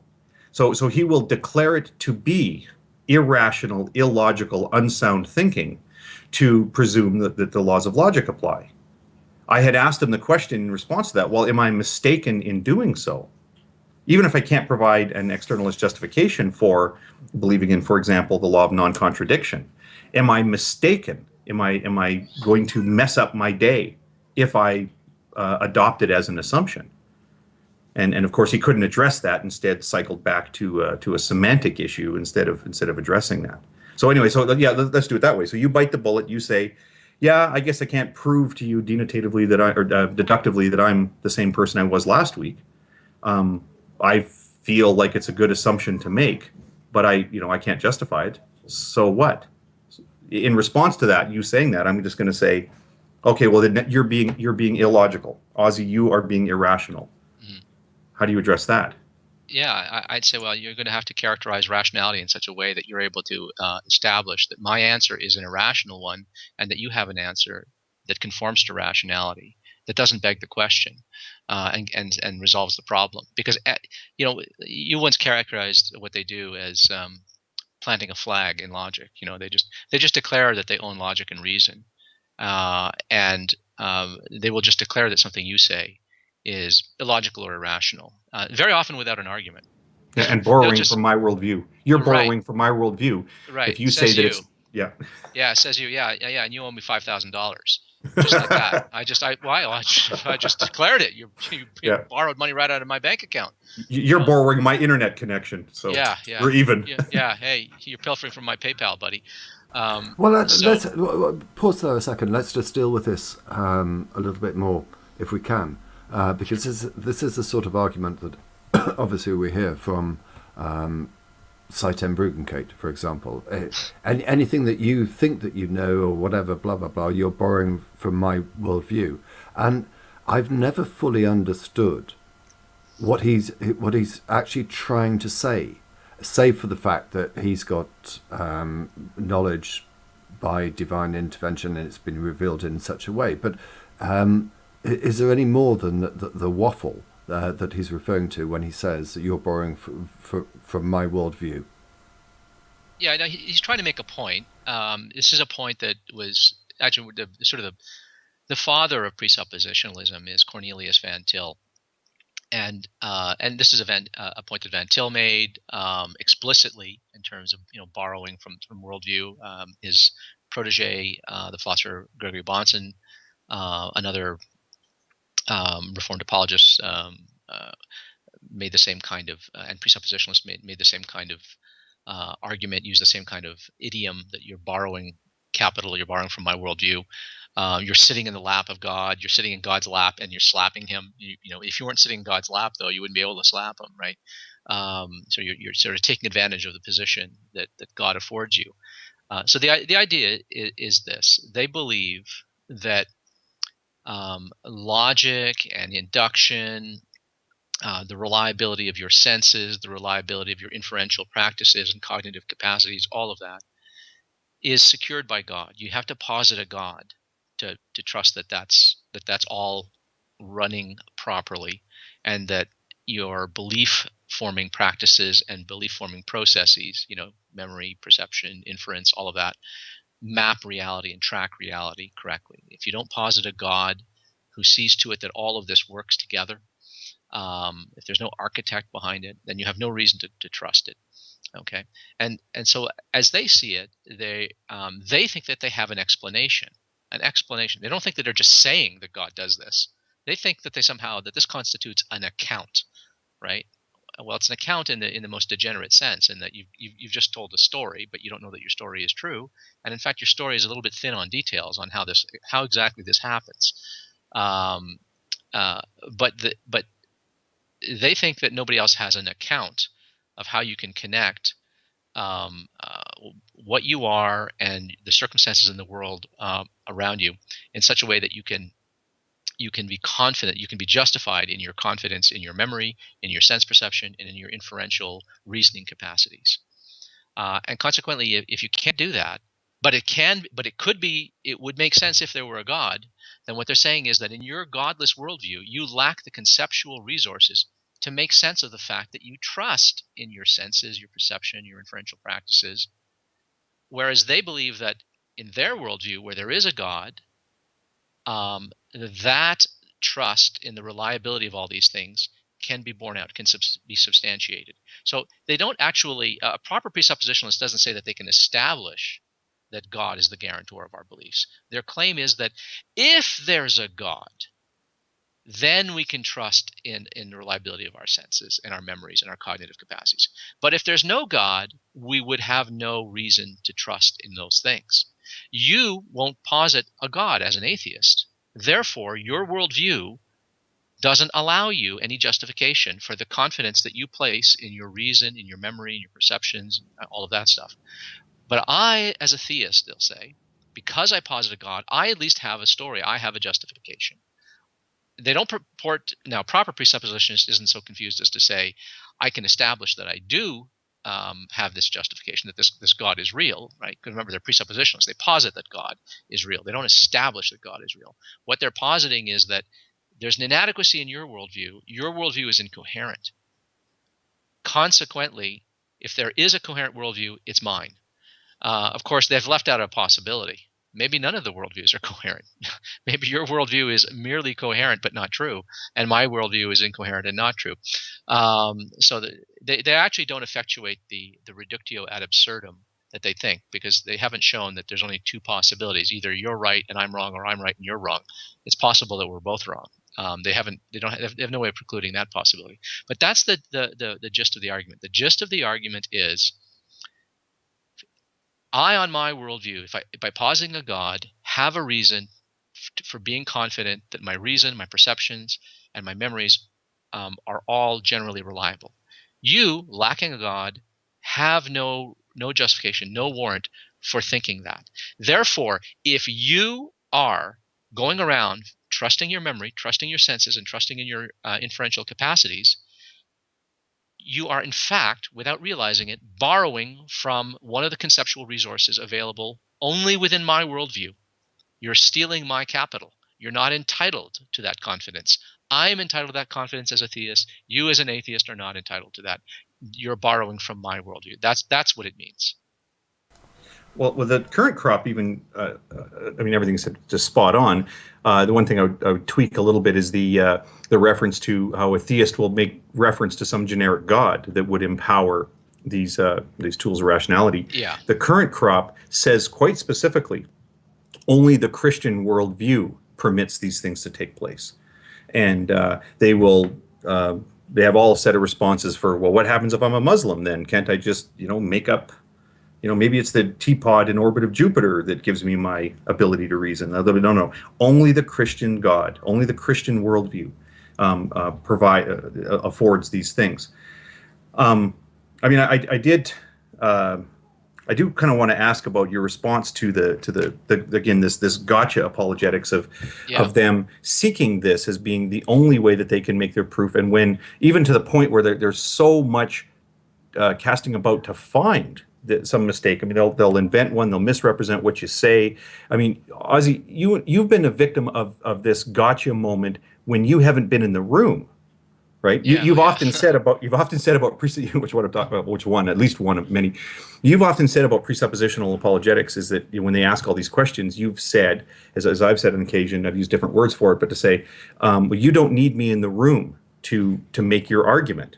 Well, they don't need you in the room to prove that you, Ozymandias, are an irrational person. You sat in a coffee shop one day and listened for some portion of 3 hours of 5 guys sitting around talking about how you said the most loony, irrational thing in the world about how that you don't need a framework for knowledge or something to possess knowledge or whatever the hell it was. I mean, you weren't even in the room, and they just took this thing that you had said in another hangout and had this discussion that went on for about 3 hours to just talk about some one line that Ozymandias said that was irrational. Therefore, Ozzy's wrong about everything, and atheism is wrong, and therefore the Christian worldview is the only worldview that supports rationality. So again, I'm just sort of looking for a strategy here of what should we be doing with this sort of a conversational style. Yeah, well, I'm a little different than you. Okay, well, the first thing to be said is that How you're nobody's bitch? Is that an I am? Is that what you're getting at? well, sort of, sort of. That's an inside joke. Maybe you best explain that. We're gonna have to include a link in the description now to explain that joke. Okay. Sorry, audience. Okay. No, it's something it's an allusion to something I wrote in a post once and said in a video hangout not long ago. Okay. All right. The first thing I would say to this is when people are using this sort of gotcha moment, and nobody does that who has a better argument. That maybe that's the best way to sum it up, right? You don't do that when you have a better argument. If you really have a defeater of a person's position, you use that defeater. You don't try to discredit the person, right? Discrediting a person is ad hominem, right? So if they're trying to discredit you, right? Well, first of all, that's ad hominem. That's why I say you don't need me in the room to defend your position. You don't need me in the room to attack my position either, right? You can attack my position whether I'm here or not. So you don't have to make any reference to me, right? You can just leave me out of it. Any reference that you make to me is just noise. So when people say, as Saitan Bruggencate says, and as Matt Slick says, they'll say things like, you forsake knowledge, I don't need to talk to you. Well, okay, let's say I unabashedly said, I forsake knowledge. There's no such thing as knowledge. I can't know a thing. Supposing someone were to say that, right? So, yeah. Okay, now let's have the conversation, right? And they say, well, why should I talk to you? Well, you don't have to talk to me. But you don't have to talk to me no matter what I say, right? So it's just irrelevant. These gotcha things are typically attempts to discredit the person, and with the misbegotten ad hominem notion that if you discredit the person, you've discredited the person's argument, and that's not true. My argument stands the moment it leaves my mouth, and nothing you say about me has anything to do with it. My argument is autonomous from me, right? So that's the first thing, and then secondly, anything that they say about me and my argument doesn't help their argument at all. The only time it ever helps their argument, the only occasion, is when you have a strict dichotomy, right? If I believe P and they believe not P, okay, and they show that my view is wrong, then in a strict dichotomy, they've shown that theirs is right. But that's actually hard. That's called a reductio ad absurdum, right? You've got to. It's proof by negation, proof by contradiction. That's actually very hard to do, I mean, it's really hard to do. So if they want to do it, they can do it, but it's not enough to say you're wrong, therefore I'm right. You need to show that those are the only two options, and then you need to demonstrate, not declare, that I'm wrong and right, and therefore you're right. You have to demonstrate that I am wrong, and demonstrate that the only other alternative is their view, and that therefore they're right. So conversationally, though, what do you do? Well, for the most part, I don't have those conversations with people. We were talking off air before the show started, and the conversational style of Matt Slick is always this kind of gotcha, where he tries to discredit you, where he tries to insist that you are irrational, and he's going to lecture you on what reason is and how to and he's going to invoke some really elementary first semester philosophical distinctions, um, and in an effort to try to show you up and make you seem like you're a philosophical ignoramus who's never studied critical thinking or logic. Um, Now, all of this is aimed at discrediting you as a person, so that you are now seen as an unreliable purveyor of facts and information and conclusions. Um, when we were talking off air before the show started, we were talking about how this sounds like cheating, right? That this is what people do when they cheat at chess. They're the kind of people who, you turn your head and they'll move a piece on the chessboard on you or something like that, right? This isn't honest discourse. Honest discourse is exactly what you described, with the kind of conversations that you and I have had with Adam Pugh, who is a Christian, very devout Christian, very serious-minded Christian. And when I have a conversation with him on any subject, it invariably proceeds in the same way. He credits me with intelligence. He credits me and anyone else he's talking to with intelligence, and he's intellectually charitable. He applies the principle of intellectual charity. And that is something that a lot of these apologists don't do. And people who are practicing gotcha apologetics are are practicing the very opposite of intellectual charity. They're not crediting you with intelligence. They're not construing your words in an intelligent way. They will construe your words in the most lunk-headed, stupid way that they can possibly get away with. Right? However they can characterize it so that it comes out wrong. If they can plausibly construe what you're saying that way, they will. If you use a word and there's like 3 or 4 different definitions of that word in the dictionary or in common usage, they will say, well, that word means this, and they'll choose whichever definition will make you sound stupid, or they think will support their view or help or show some inconsistency in your view. And when you say, well, no, I don't mean that definition. I'm using it this way, according to this usage. They won't hear it. They'll just keep hammering away, right? And I don't. I personally don't waste a lot of time talking to those people. Now, I suppose somebody's got to talk to those people, but I'm not very interested. I'm just not very motivated to talk to people who are dishonest in discourse, just like I'm not interested in playing chess with people who I know will move the pieces and cheat when I'm looking away. I really do see it as a kind of gaming of the game. They're simply cheating at the game. The whole point of having a conversation is I state what I think, you state what you think. We credit each other with enough intelligence, so that we can actually have a conversation without being dismissive of one another. We don't assume that the other person has to be wrong. You can't proceed with the assumption that because you think their conclusion is wrong, their argument has to be stupid. If you do that, you're doomed. You're never going to be even able to interpret the arguments correctly. And that, I think, is what ends up happening with some of these people. They are so used to thinking that because the conclusion you hold as an atheist is incorrect, that every argument you put forth has to be stupid and has to be wrong somewhere. They're only looking for where it could be wrong. They're not trying to see the sense in it, right? Why is it attractive to you as an atheist? What makes sense here? What is rationally compelling about this? All they can think of is, no, you just want to believe this, and it has to be said that everything I'm saying here about atheists, about theists, with respect to atheists, could be reversed. There's plenty of counter apologists, plenty of atheists who treat theists in exactly the same way. This has to be said. If you hear an argument for theism and you think, well, the conclusion is wrong because I don't think there's a God, therefore the argument has to be messed up and stupid, and you don't try to understand what makes sense about it, right? If the best interpretation of the argument that you can come up with is that it's imbecilic, then chances are you're not trying very hard to understand their argument, and this can become a habit of mind, right? And I think that's what happens with these people who practice gotcha apologetics. They are not used to applying the principle of intellectual charity.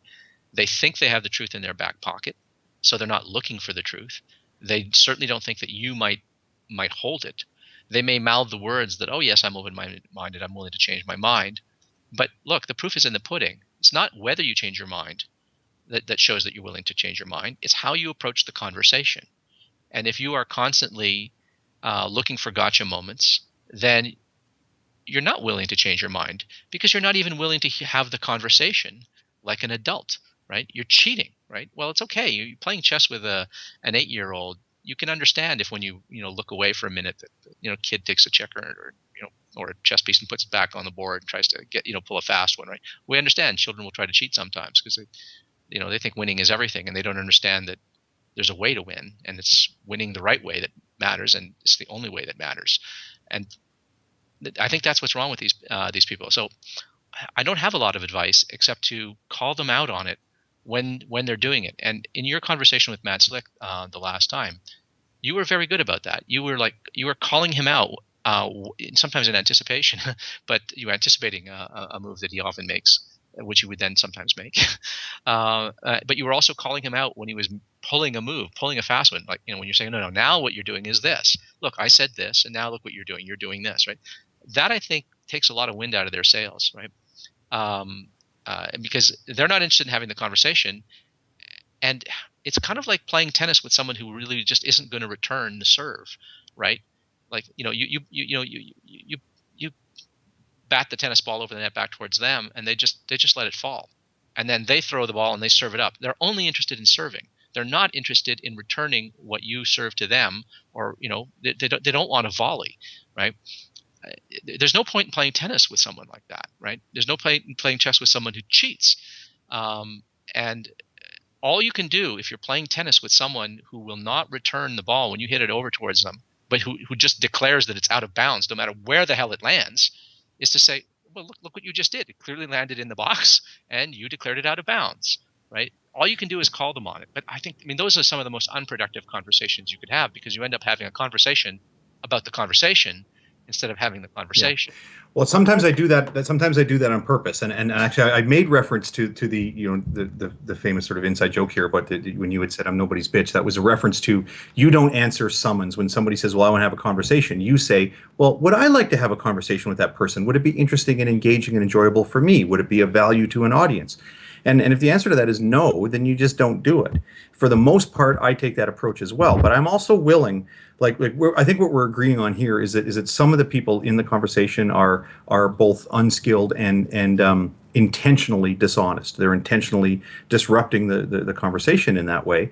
And I sometimes will go ahead and engage those people, not over and over again, but just now and again, with the effort. Now, my maneuver is going to be to point out when they cheat. I will let them put the chess piece back on the board so that I can say, oh, okay, so you just put that chess piece back on the board because that's how you play chess. Is that how we're going to do this now?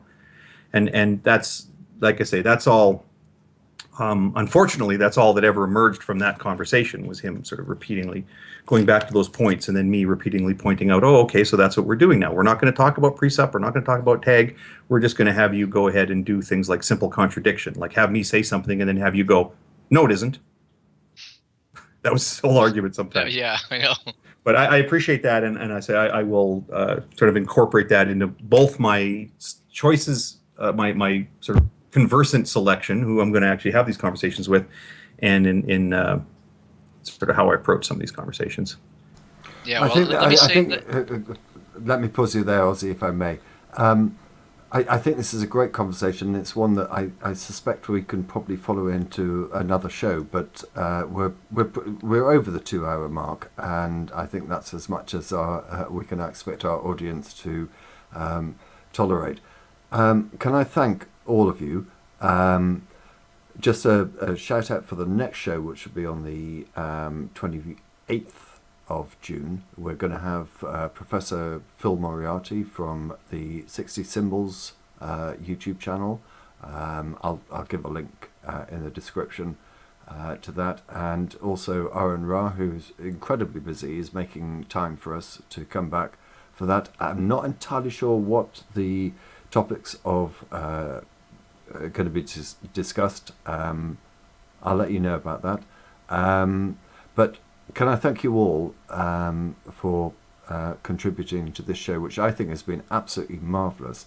And one way in which a good show is that I don't speak too much, and I haven't spoken at all. So it's obviously been a great show. Ozzy, Hogtie, Eve, thank you very much indeed. Last words from all of you.